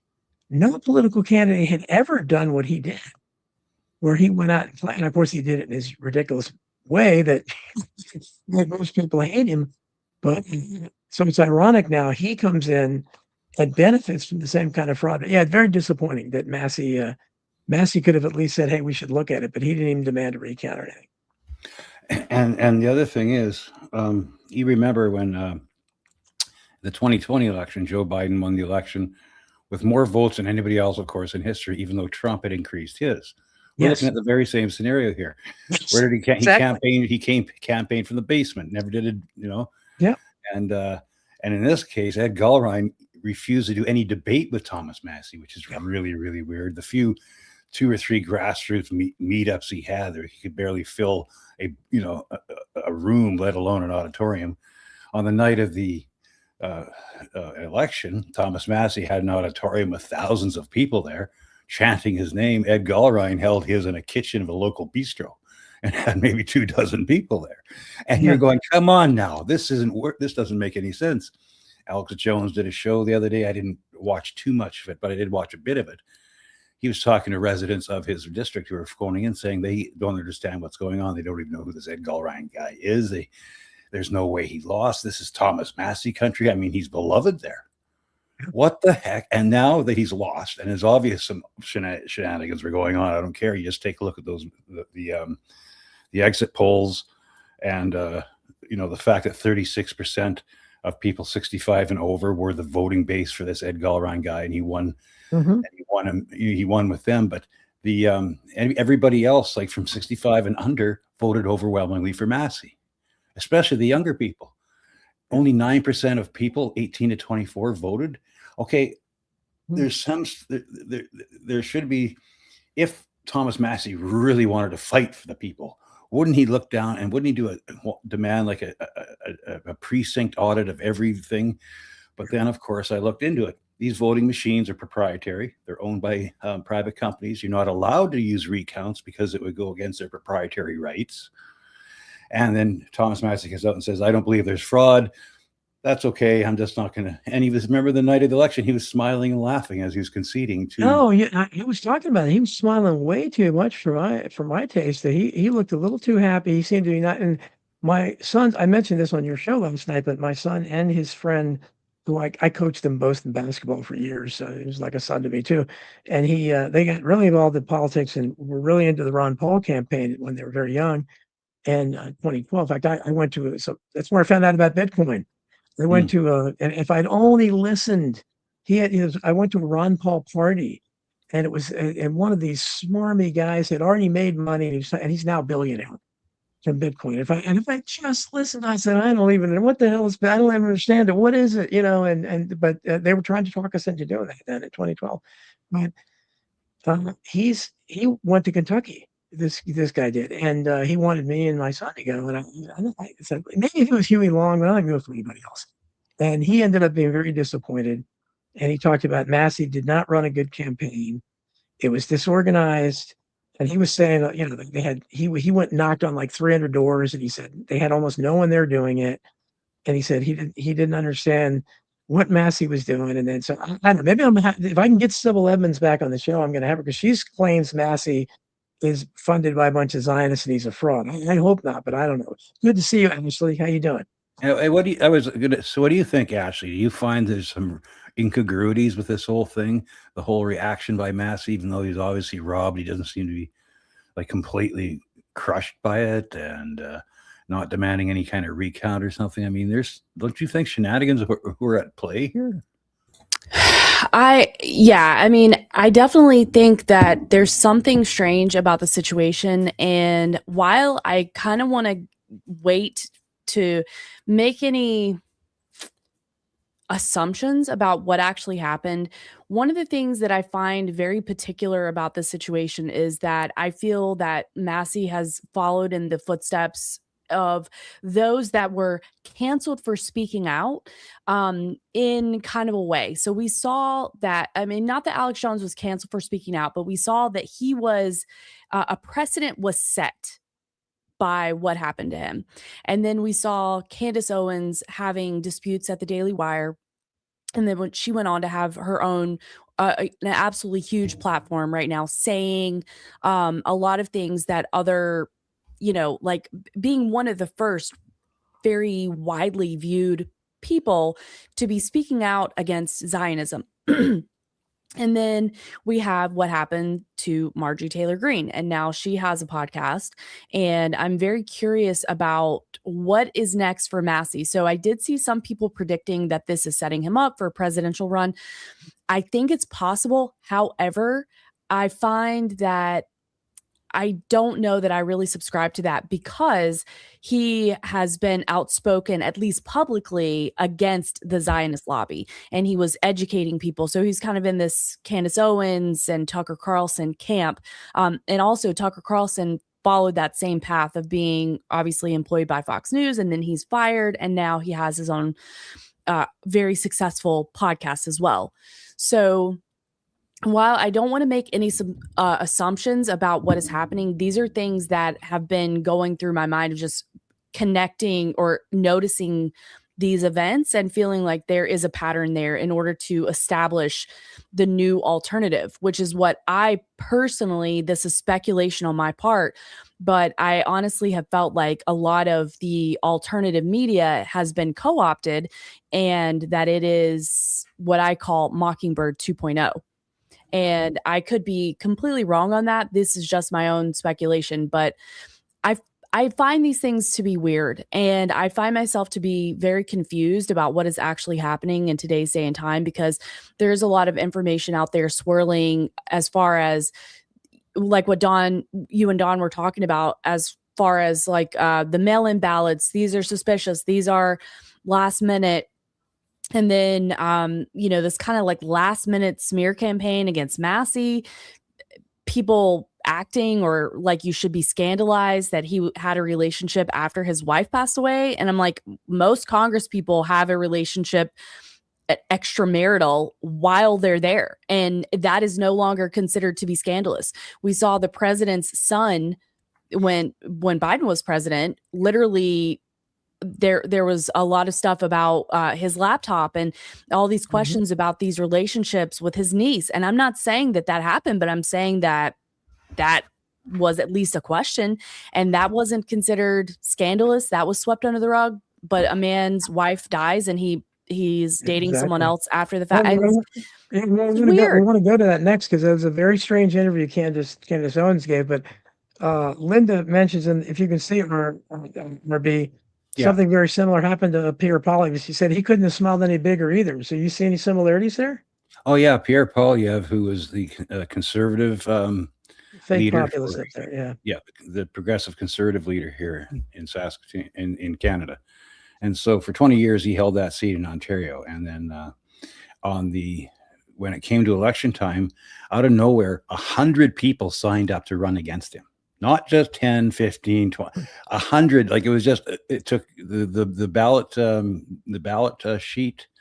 It was like 8 pages long or something like that. It was obviously designed to screw him over. He didn't complain about it. He lost the election. He never said, "Oh, there's he didn't raise any alarms or say this is backhanded or do any legal challenges. He just accepted his loss." And then the Conservative Party carved out a seat for him in Western Canada and Alberta, where the Conservatives are strong. And he parachuted in for a by-election, and they had the guy there that was who held that seat for 15 years stepped aside and let the Conservative leader Pierre Poilievre go into that by-election and win that seat. So now he just he's lived in he's now got his seat out here in Alberta. He was originally born in Calgary, moved to Eastern Canada, where he had a 20-year career in politics, but now has moved back to Alberta. But the whole thing was like, it seemed to be arranged. It seems like here in Canada, we have the natural governing party, the Liberal Party. Then we have the Conservative Party, or the natural opposition party. And for the last 100 years in Canada, 75% of the time, the Liberals have been in charge. The other 25%, the Conservatives have been in charge. But they're really just the same party. And the only thing they argue about is over the edges of things, like the cultural issues and stuff. When it comes to, substantive value, the substantive governing values and stuff, they're the same party basically, right? A lot like the Liberals and the Republicans and the Democrats. Listen, so there was definitely. It just seems like it was just like, oh well, it's well, like that's why uniparty. It's what it is, and that's why Trump was so unique. He's the first candidate that ever complained about the 2020. I mean, and of course he did it in his ridiculous Trumpenstein fashion, so he just looked like a little 2-year-old stamping his feet. But he was right. There was massive fraud, because there always is. J-Dub asked in the chat about Massey's wife. If you look in my archives on my Substack, I wrote an article about that when she died. She died less than a week after Massey gave the most incredible interview I've ever heard any congressman give with Tucker Carlson, where he called out AIPAC. He talked about kicking him out of his office. And he did it all. I mean, maybe he's on the spectrum or something, because he does smile all the time. So he's kind of smiling inappropriately while doing it. And he didn't miss a beat after his wife died. Like, if it was a signal to him, he didn't back off at all. In fact, he went more anti-Israel after that. So I don't know what that meant, but now the people, and I see Ashley kind of alluded to that in the chat, from the people I've been arguing with on X, that was something they threw in there about he was cheating on her when she was dying.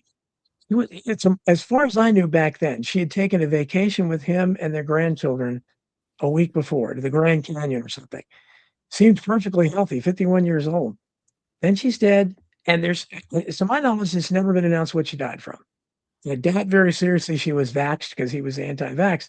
So to me, I put 2 and 2 together, right after he gave that interview. I don't know, but so who knows? But but that's another thing, Don. If Thomas Massey suspected that the deep state took his wife out in a way to harm him, or as a way of sending the message, wouldn't he be more devastated by that? Didn't seem to bother him. No, it didn't at all. And it didn't, and apparently his love life was very active. But again, I don't know how much of that is real, because it's kind of predictable where they, as Ashley said, a lot of these people, well, first of all, a lot of them are having sex with kids and apparently eating kids, so to me, just eating an experimental film is pretty virtuous in comparison. But I wanted to bring up Candace Owens, because I was shocked to see her interview Hunter Biden, and I watched. That was so weird. Incredible, and she didn't push back on him at all, as far as I saw. Again, she's been doing such great work, and I've been hearing. I know this. I had Dana Duda on the show. I didn't see the whole interview, but did you, Don? Did you see the whole interview? I watched most of it. I kept falling asleep during this. Did It's late at did night, the and did the boy, it's subject of warm. his did the subject of him being on the board of Burisma doing nothing and getting paid for that come up? Oh, Did the I don't think so. nothing about It looked Ukraine? Nothing about Ukraine. not that I saw. It looked like it was a lot of conversation about how she was trying to humanize him. Mhm. You know, he's got cat teeth now. You know, he's smiling a lot, and he seems like just a nice guy. And he, I Nothing was about him fronting for his father and deals with Chinese corporations, did nothing like that. no, and they mentioned anything on the laptop about his niece who is Yeah, half naked and like 14 years old, and the early things they said about that laptop, and Billy Ray, I'm sure he was here to say this is not true, but I heard about it. It came from Rudy Giuliani, but not that he's any credible source, but it came from him and other people that claimed they had seen that he is seen raping, I think, a 10-year-old Chinese girl on the laptop. Now, can that be true? I don't know, but then that they dropped that, and that was never mentioned anymore. So who knows? But all the stories of the laptop and the owner finding and the whole thing was very mysterious, and how it just kind of went away, much like Anthony Weiner's laptop did before. And was Hillary really abusing a kid? That we've heard that too on the laptop. Who knows? We never get to see these things, but I was or very even like the WikiLeaks, the Seth Rich thing with WikiLeaks, and all the John Podesta emails with all the very first references to child abuse through code words and all that, and pizza and everything, yeah. and then the artwork of his brother and all that stuff, which would be a Mhm. scandal if really looked into by the mainstream media, all brushed under the table, and then all just called a Russian hoax at the end. Like it all seems, Yeah. and and where's the pushback to all this now that Trump's in power? Hey, where are all the arrests he promised? Remember, he was going to go after Hillary and all that stuff. Famously, remember after the first election, when he won the first election, when he Yeah. was calling, when he'd have these rallies, and they were all going, lock her up, lock her up. Oh, Well, after he won, his yeah. very first speech after he won, they said his audience, remember in that Yeah. huge rally, we're going, lock her up, lock her up. And he said, come on, guys, I just had to say that to win the election. Oh, yeah, Hillary's such a that we don't wonderful need that person. now. That worked And good in then the election. yeah, and then when they Well, had the prayer breakfast, he points her and Bill Clinton out in the audience and says, "They're great people. They've done such a great service for our country. Give them a standing ovation." yeah, I wouldn't be surprised if he doesn't if he nominated Hillary Clinton to replace Tulsi Gabbard, who I wouldn't be surprised at all. not surprising at all. Ashley, did you watch the Candace interview? Because of this, and again, I get she does a really good job, and she's done such a great job destroying this ridiculous thing because she's done real journalism on it, and shown how turning TPUSA as corrupt as can be. Something weird about Charlie Kirk says. So she's doing really good work with it. Well, I don't know. Dana Duda says she's lying about her childhood the same way Ilka is, and now she does this interview with Hunter Biden. What are your thoughts, Ashley? Well, I think when we're thinking about these people that are presented to us, such as Candace Owens, I personally have my questions, because being somebody who, look at you, Don, like look at the research that you have done, the connections that you have, the people that you know, the books that you have written, the work that you've done, and you see how hard it is to build a platform. So my personal opinion is that people that are promoted in the way that Candace Owens or any of these other huge accounts, I have to question the legitimacy of their popularity, Yeah. and especially in the way that Candace became super popular. Now, I did watch Dana's podcast right when she did it about Candace Owens, and I don't know, but I just think that the her popularity alone is at least enough for me to ask questions. And I do find it weird that I did not watch the Hunter Biden interview. I knew that he was getting some sort of redemption arc bump from what I had seen this week, but I didn't even know that she had interviewed him. But I also will say that she did the same thing with Harvey Weinstein. So she Yeah, I didn't is, know that. Yeah. yeah, so she's going in really hard in the paint on the Brigitte Macron story, the research, whatever's involved there. Then she's like, okay, we're all done with that. And we pivot to Harvey Weinstein. So then she's interviewing him in jail and trying to do some sort of Harvey I missed Weinstein all that. redemption. When was this? I missed all that. I guess I wasn't watching her show yet. So it was somewhere between, okay, so when she was at the Daily Wire, she had done some Brigitte Macron coverage. Then after she was out on her own, she went back and had part 1 of the Brigitte series. So this was like directly after that. Then I don't know. I kind of stopped listening during that time because I didn't care. But then she comes back. She's starting to do work again for part 2 of Becoming Brigitte. And then everything happened with Charlie Kirk last September. So, or whatever, a year, you know what I'm saying? Not that however long ago it's been, September, whatever. But she starts covering that nonstop. And then that's kind of been where she's at. Then I heard about this, Hunter Biden being humanized, which is, I don't have a problem with people coming back and having redemption. But I think the problem is that there's so many questions about some of the other stuff as far as the corruption with China and Ukraine, at the very least, even leaving out some of the salacious stuff. These things deserve analysis, and we are not getting them. So why is he being presented to us again? Why is this even a thing? And then why would Thomas Massey dating someone after his wife passed away be a scandal? Like, maybe it's not in good taste, but we don't know what their relationship was. I mean, it appeared to be a good relationship. I'm not saying that, but as far as like physical capability, if she had truly had a long illness, we don't know any of that. So I don't think, like, it just is baffling to me that would be considered scandalous when it's not like the man, as far as we can tell, was busted in an extramarital affair. And so I just have a lot of questions about all this stuff. I don't really have answers. I'm just putting together, like I said, just thinking about what we have seen from people like Candace and her rise to fame in this 2.0 of her career, or it's had many iterations, but since the Daily Wire. And Bronk in the chat said that he thought that maybe Massey was going to be running for governor, which I think is maybe possible. And there are associations between, from what I have seen, that a huge donor for Massey is Jeff Yass, which is supposed to be also a Zionist, even though that money is not coming from AIPAC necessarily. So I really don't know what to think. And then I think it might have been Twisted that was mentioning Ron Paul and Massey. There was somebody that they supported. I cannot remember the guy's name, but I believe this is the guy that is the new owner of Zorro Ranch. So I have no idea. Pretty good. And my background, maybe it's something about me. I don't know. Well, the other thing that I wanted to comment on is that somebody had mentioned that the idea of a stolen election, of course, is nothing new, but that also happened to Bernie Sanders. Bernie Sanders appeared to legitimately have grassroots support. Yes, and while I don't necessarily subscribe to the politics of where he was coming from, I could understand why people did, right? And they thought, this man, he seems legit. He seems like he's keeping it 100. He's keeping it real.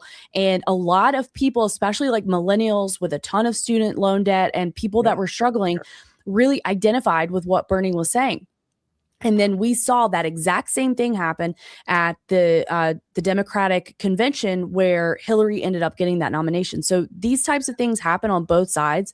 And again, I'm left questioning what is potentially manufactured from these stories or what happened, and what is actually legitimate. And the other thing, of course, we know that there was controversy about election integrity for George Bush from Ohio. And this was well before the year 2000.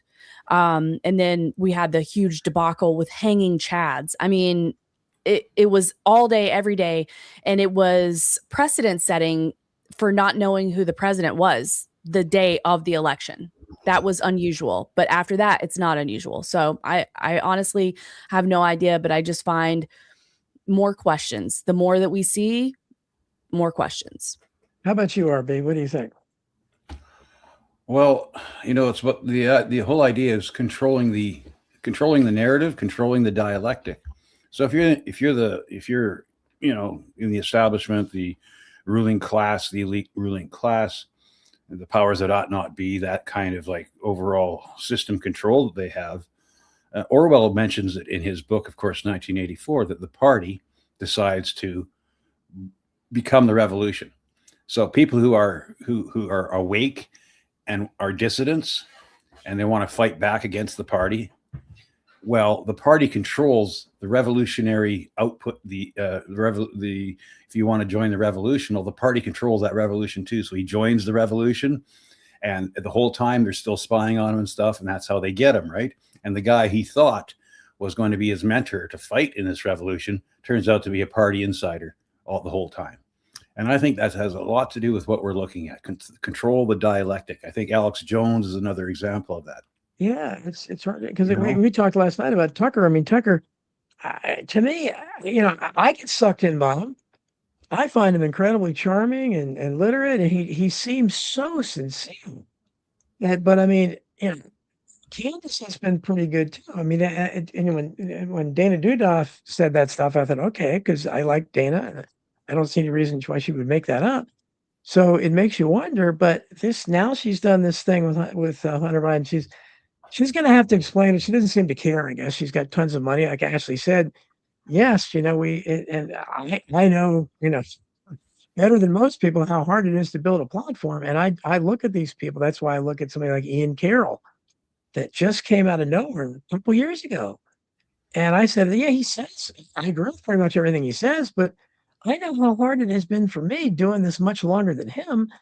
And I can't get anywhere. How does he have? And then he's suddenly on Tucker. He's on these shows, and how does that work? That's what I don't understand. And it's, are they all compromised? Is this because we're kind of part of it? Like you mentioned, Ashley. I mean, Kim Iverson has really been. You've been on her show 2 or 3 times, and she was really nice.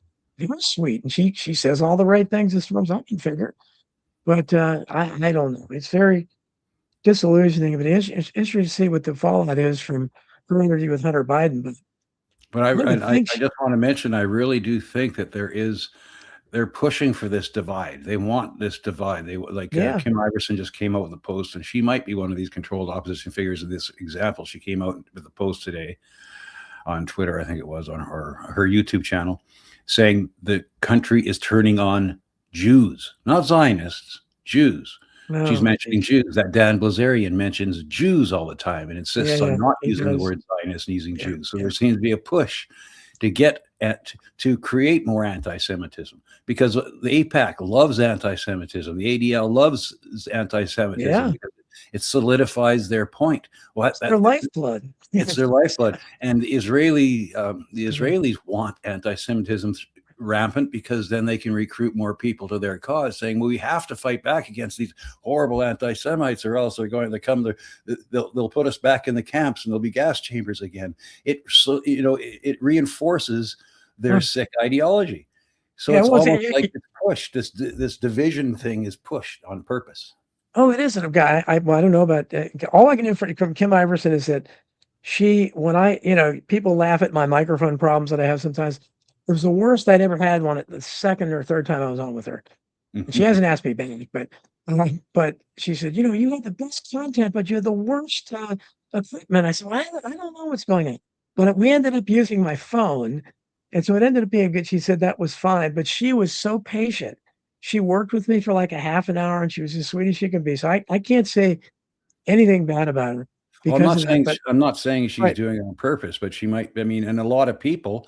I mean, you take a look at the control the ADL has. The control, like we were talking last night on my show, 2% of the population is non-Irish, but they control 80% of the that's media. All I say is I don't want to. And the thing about this, we now have to be careful about saying the word Jew. It's like what's wrong with the word Jew? It's like a dirty word unless they say it. It's kind of like the N-word, where they can say it, but nobody else can say it. I don't understand it. And it's like, are you not a Jew? But I can't say it it just doesn't make any sense. But yeah, there has to be a distinction between it, because we know there's a lot of Jews that don't support Zionism and are certainly Greenwald and that are doing so. But I'm surprised she's doing that. Maybe she's catching some heat or whatever. But somebody in the chat room mentioned Mark Furman, who died, and I wanted to just briefly. I don't know if you know this about him, but Mark Furman, he wrote a book about the Martha Moxley case back, and he's actually the one that got RFK Jr.'s cousin Skakel, Michael Skakel, convicted. That convinced everyone to do it. And I didn't think it was a convincing book. And RFK Jr. later wrote a book. I don't think Michael Skakel killed her. He did. His brother might have. I mean, but, was a worse guy, but I think they convicted the wrong guy. But at any rate, Furman, I read early on as a JFK assassination guy. He was a JFK assassination base.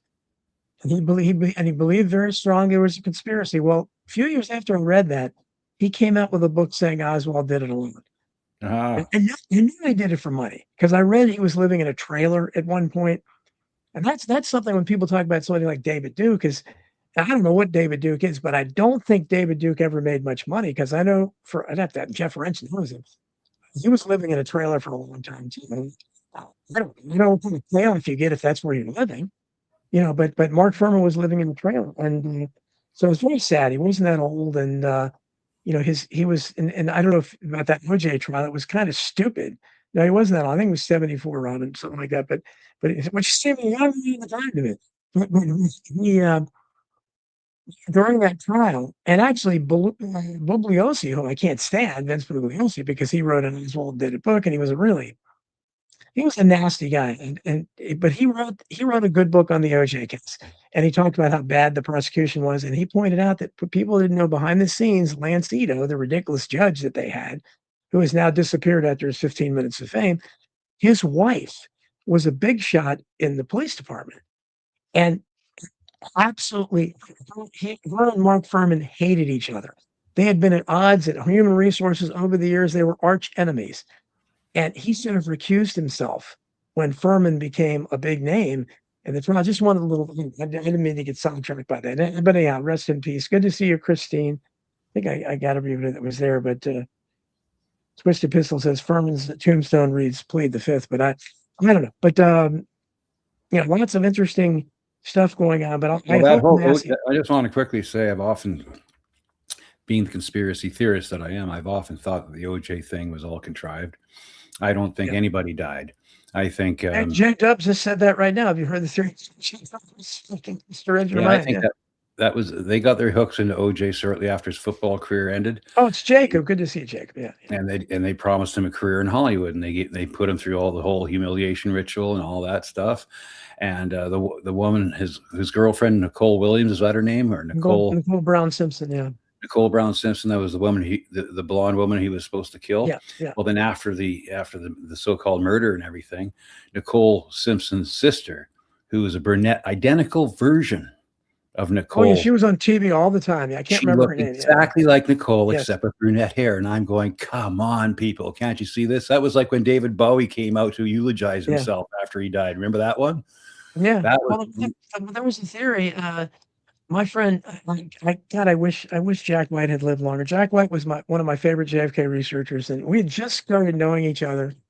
And he was great. He was great on the moon hoax and all kinds. And he was involved. And he had put out a video that talked about OJ taking the blame. He thought that OJ's son killed them. And OJ took the blame out of some kind of nobility. But he was kind of convincing case. OJ's son was really messed up. But and it's he was very violent and everything. But again, whether it was OJ or his son, people they don't tend to do something like that horribly and then never do anything else like it. It's like it's a one-off thing. Although I guess that guy that killed his family was the guy's name, John. What was his name? I don't know. Somebody in the chat probably knows, but he was an exemplary citizen, and then he just killed his mother, his wife, and his kids one by one, and then just went and disappeared for 20-some years and started another life. That's scarier than any conspiracy. Good to see you, Flatlander. People believe Megyn Kelly is Nicole Simpson. Well, they also, what's that? Katy Perry. They believe Katy Perry is John Benet Ramsey. I've heard that one too. I don't know. See, what do you think about that? I don't know.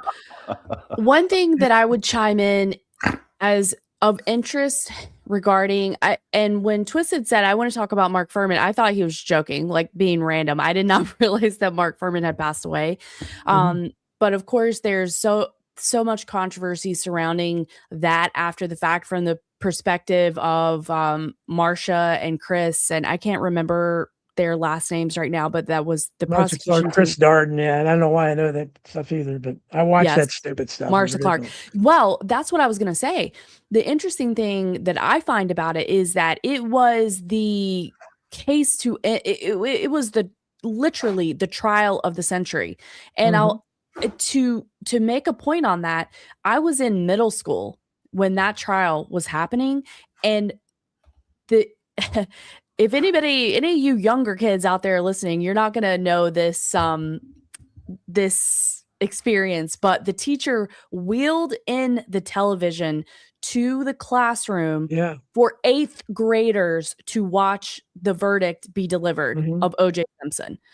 So I'm not That's saying disturbing. that proves anything at all, but I find it very interesting that this was treated as, this national spectacle that it became, and this very highly publicized case. And there have only been a handful since then that were nothing like that since, of course. I mean, if you were there during that time, you remember the white Bronco, the Right. slow police chase, this, all of this really weird stuff. And then the team, Marsha and Chris and people that were associated with that case, they were doing spoofs of them on SNL, and everybody was watching. So there have been a handful of captivating trials since then, but nothing like that. And Well, so, well, go I ahead. was forced to. You were obviously a lot younger than me. I was forced to watch that stupid thing because my son got chicken pox from one of his friends, and I caught chicken pox too. And it was really bad because I was an adult. So I just remember being in bed and watching nothing but that stupid OJ and being forced to watch how incompetent it was. And it just, I put up on the screen, Jacob says, during the trial, I was in 5th grade, they announced the verdict during lunch, and everyone erupted in applause. I'm guessing you went to a school with a lot of diversity. If everyone erupted in applause, maybe not. I don't think OJ had too many. That's what I think I was shocked at, because just from watching it from a, and of course that's what's the worst thing the OJ trial brought us? The Kardashians. Yep. Because the Kardashian was one of his lawyers, and little did we know that he would die, and his wife would marry Bruce Jenner and Caitlyn Jenner, and have this big ass daughter Kim that would take the world by storm, and because I mean stuff came out of the Kardashian family. So thanks a lot, OJ trial. That's maybe the worst part of it. Yeah, and the attorneys were made famous, of course, and their bylines. If the glove don't fit, you must acquit. Things like that. So all that to say is that I feel like there's a lot more that we did not understand or hear about in regards to the OJ case and everything that transpired with that. And I have in the following years seen alternative theories such as it was OJ's son. And then I think this might be in the book Virtual Government, but I believe now I have not read this. Okay, so I'm just repeating what I heard about this book just as a disclaimer, but that author, I think it's Alex Constantine, posits that there was actually maybe some drug running that was happening out of the restaurant that Ron Goldman was working out of, and that Nicole Brown Simpson was affiliated with it through that, and that other people that worked at that restaurant, because of the dangerous nature of their side business, had also ended up dead, and that this was something that was never talked about, never looked into. So I'm curious about that. But all that to say, I'm curious basically in the question of what we're talking about, what is naturally, like what is organic that rises to the surface that people are genuinely interested in, and what is being pushed because the people that own the media companies or the people that run the algorithms want you to see that. And that's such a huge question for me in trying to figure out what the hell is going on these days, is because we have so much information coming at us at all times, and there are interests, even if it's just corporate interests. Let's take out any potential population manipulation coming from the cryptocracy, right? Let's remove that, but then say that there's definitely an interest in corporations that own the media companies or the streaming companies or the big tech companies in manipulating people's behavior, whether that is purely for engagement or whether that is and part of it probably is, just to get you to spend more time there. And perhaps it's the nature of the beast that the divisive content is what does get people more involved. And maybe they know that it causes a cortisol spike and a dopamine spike or whatever that is. So all that to say, I just try to consider that with what we're being presented. And it does, I try to make as best sense of it as I can, but I genuinely don't know what the hell is going on. And if there is anybody that is actually not corrupted or blackmailed or, threatened in some way, and who knows? And even if these people, so let's say that Massey was truly true blue to his wife, he has a huge family. So what does a threat to somebody look like, or to that? What does that do? You have a family that you care about. So that could be something to fall in line. And then, and I'm not saying that that's what happened. I'm just saying it's a possibility. And we know that powerful organizations do use those tactics. If we look at the mafia, for example, it is well documented that blackmail and threats were used to gain compliance by people. And so I don't think it's too much of a stretch to think that if there were other interests in manipulating or controlling Thomas Massey's behavior, that something like that's possible. We don't know. We don't know what the hell's going on. What are your thoughts, RB? Yeah, well, it's very plausible. I've often thought that, but at the same time, you have to look at the behavior of the people. Marjorie Taylor Greene said she's not running anymore, like she's resigning her seat because she said that they were threatening her family and her livelihood and all that stuff. So, I mean, she's saying that right out in the open. We know, look what they did to Tom. They tried to drag his reputation through the mud, right, and stuff like that. But at the same time, him coming out and saying that makes sense. What Ashley's saying, that's why he's not going to, and that's why he's not going to contest what happened. He's not going to say there was fraud or anything, because maybe he was given an extra warning that if you keep fighting this, we'll double down and make it even worse. But he's smiling, he's laughing, he's taking it all in stride. Maybe he's got something else up his sleeve. He's going to run for governor or whatever. He's got other options, and he does. Like, look at it. He's very, very, very popular, right? Very, very popular. Yeah. He could be looking at a national run for president. Who knows? I mean, there's all kinds of other options open for him. So that's maybe why he's taking so much in stride. And like you say, this other thing that is very, very important now, it's right out in the open. They bought AIPAC, Israel influencers, 3 mega donors, billionaire donors who have dual citizenship, have just bought an election right out in the open. And this will even further that divide, which is what they want, right? They really do want this anti-Semitism thing pushed. Look what they're doing in government, trying to equate and criticism of Israel, the country, with anti-Semitism. The more they push it, the more push back against that's going to develop. There's going to be a pinnacle point where it's going to come to a head, and we're going to have actual riots and violence in the streets. You can see that coming. And I think getting back to the OJ thing, remember when that verdict happened? Well, it produced another class divide, a race divide between the blacks and the whites over whether OJ was innocent or guilty. Remember, who was that guy that got beaten up in Rodney King? The Rodney King thing. He's thinking of the white guy after that. What was his name? Oh God, how can I not remember his name? Somebody in the chat, right? My memory's getting bad. He was beaten up, and then the verdict. And that was they just pulled him out of his truck or something. His last name was Denny, Denny.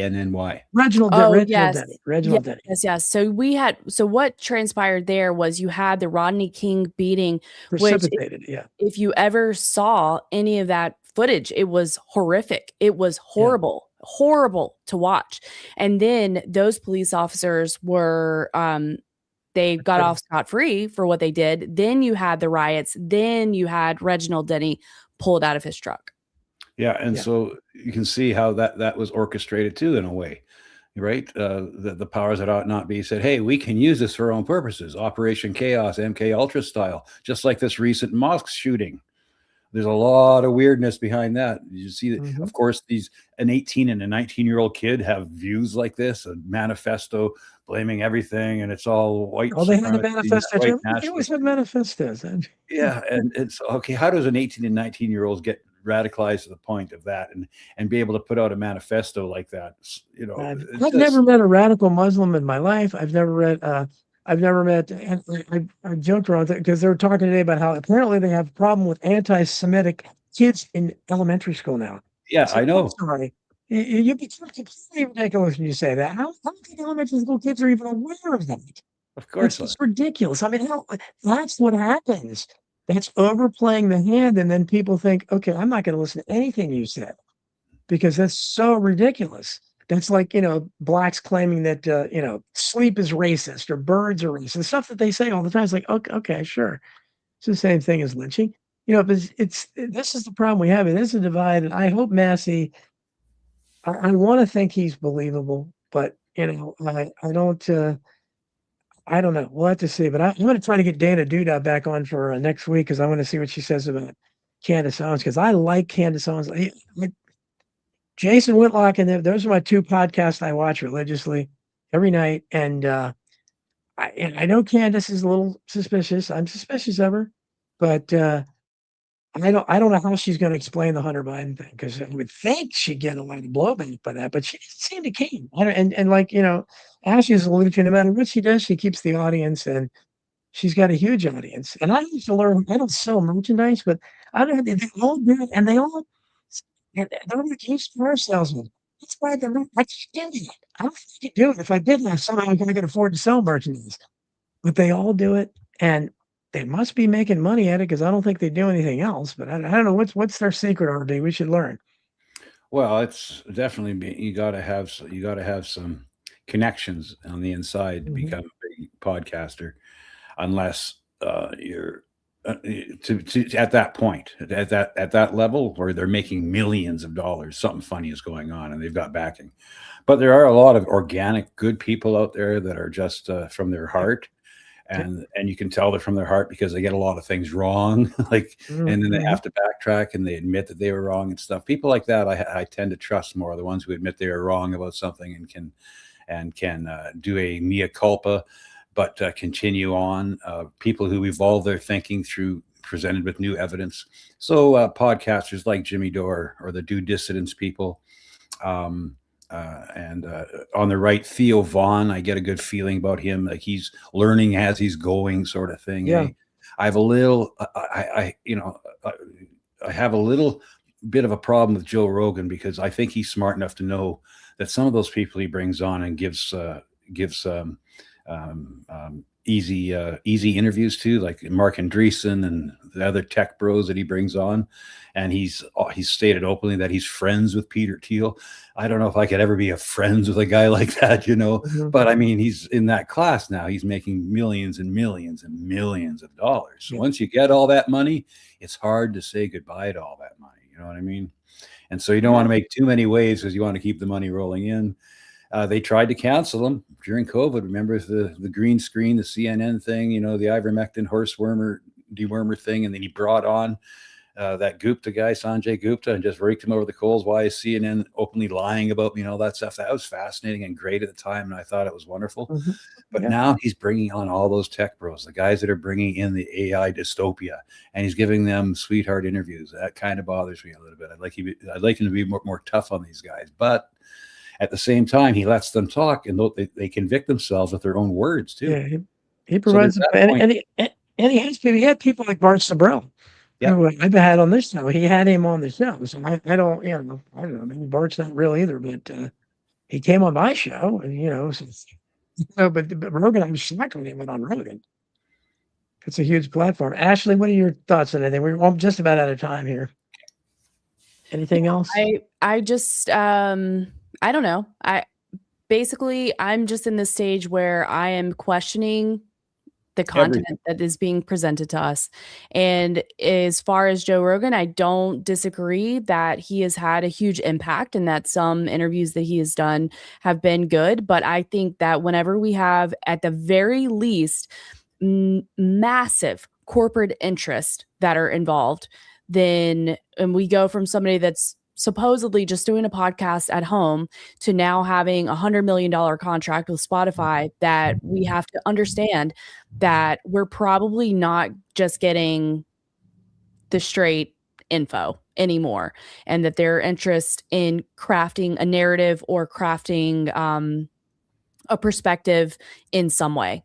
You know, I think that needs to at least be part of the consideration. And I feel that way about most major podcasters. I do consider them to be Mockingbird 2.0. That is just my own speculation, and not that I don't ever listen to them or anything like that. I just try to be careful about what I'm hearing or thinking or any side being presented to me in today's day and time, because I just recognize that for me, there's so many things that don't make sense. There's so many questions that we don't have answers to, probably never will. And I'm just trying to craft my own discernment and make sense of what we're seeing. Yeah, go with your inner know. It's a good thing to go with your inner knowing. Take a break from everything. Shut everything off for a while and just sit with the information for yourself and let your gut tell you what to think sometimes. And don't overreact to things, because that's a big problem we have. I noticed that on Twitter. Like, it's really hard not to. People put on, let's say they on Twitter that they'll show a horrible massacre happening in Lebanon or Gaza, right? And so these people that are pro-Israel will come on and say, well, they deserved it because it's all Hamas's fault. It's their parents' fault for voting for Hamas. They had it coming and all this stuff. And you want to write back, you bastard, you genocidal monster. Take a step back, because that's what they want you to do.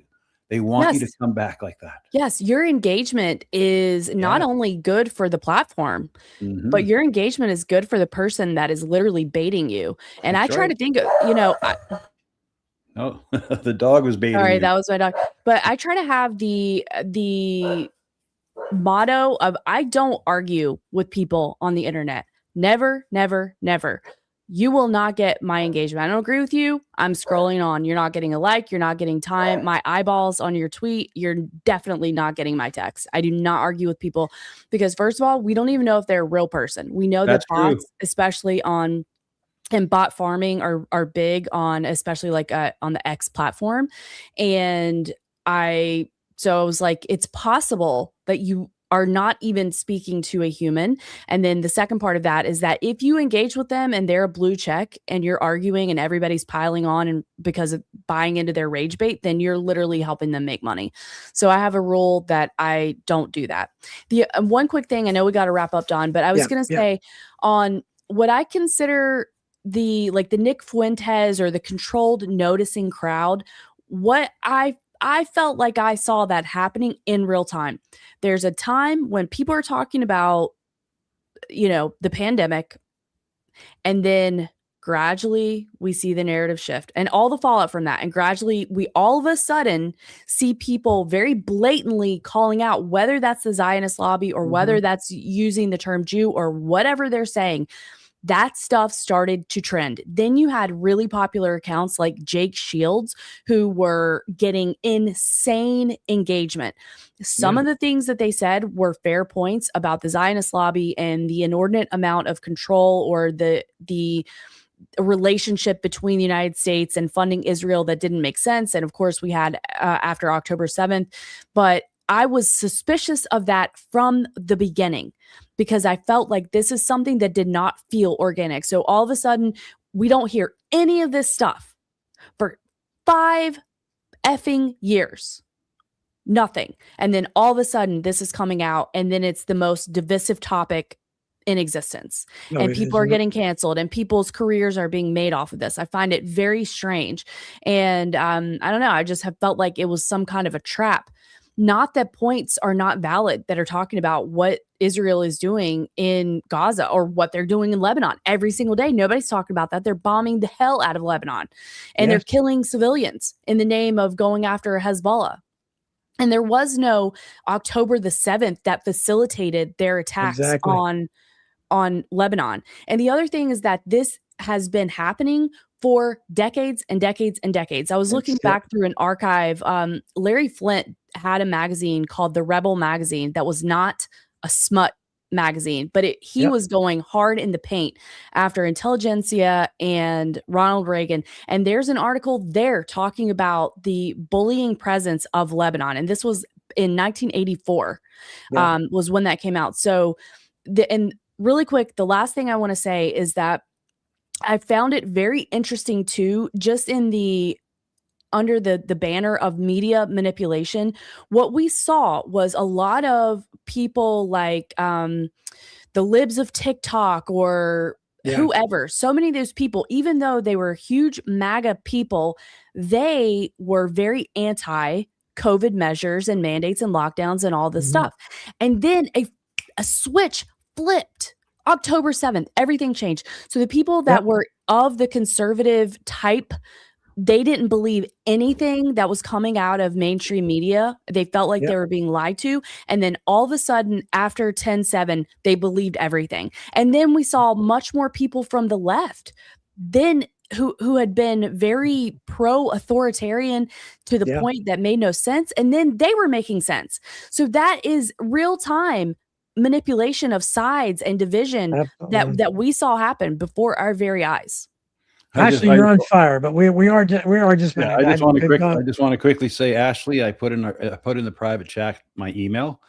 Can you please send me an email? I'd like to get you on my show and talk about this some more. That'd be great. Yeah, I'm off work for 2 months, so I'm going to be able to do a lot. He's going to be doing a lot of shows, and tomorrow night I'm going to be back on there again. I'm almost a regular there now. I'm like his Ed McMahon, and it's 8 p.m. Eastern on those Beyond the Pale Rumble channel. So watch that for good. Linda Craig, nice to see that. The first time you saw me was with Bart Sabrell. So that's cool. Small world.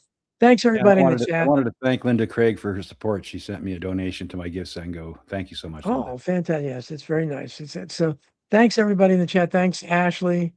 Thanks, RB. Thanks everybody for listening to I Protest. Talk to you next week, same time. Take care. Bye, y'all.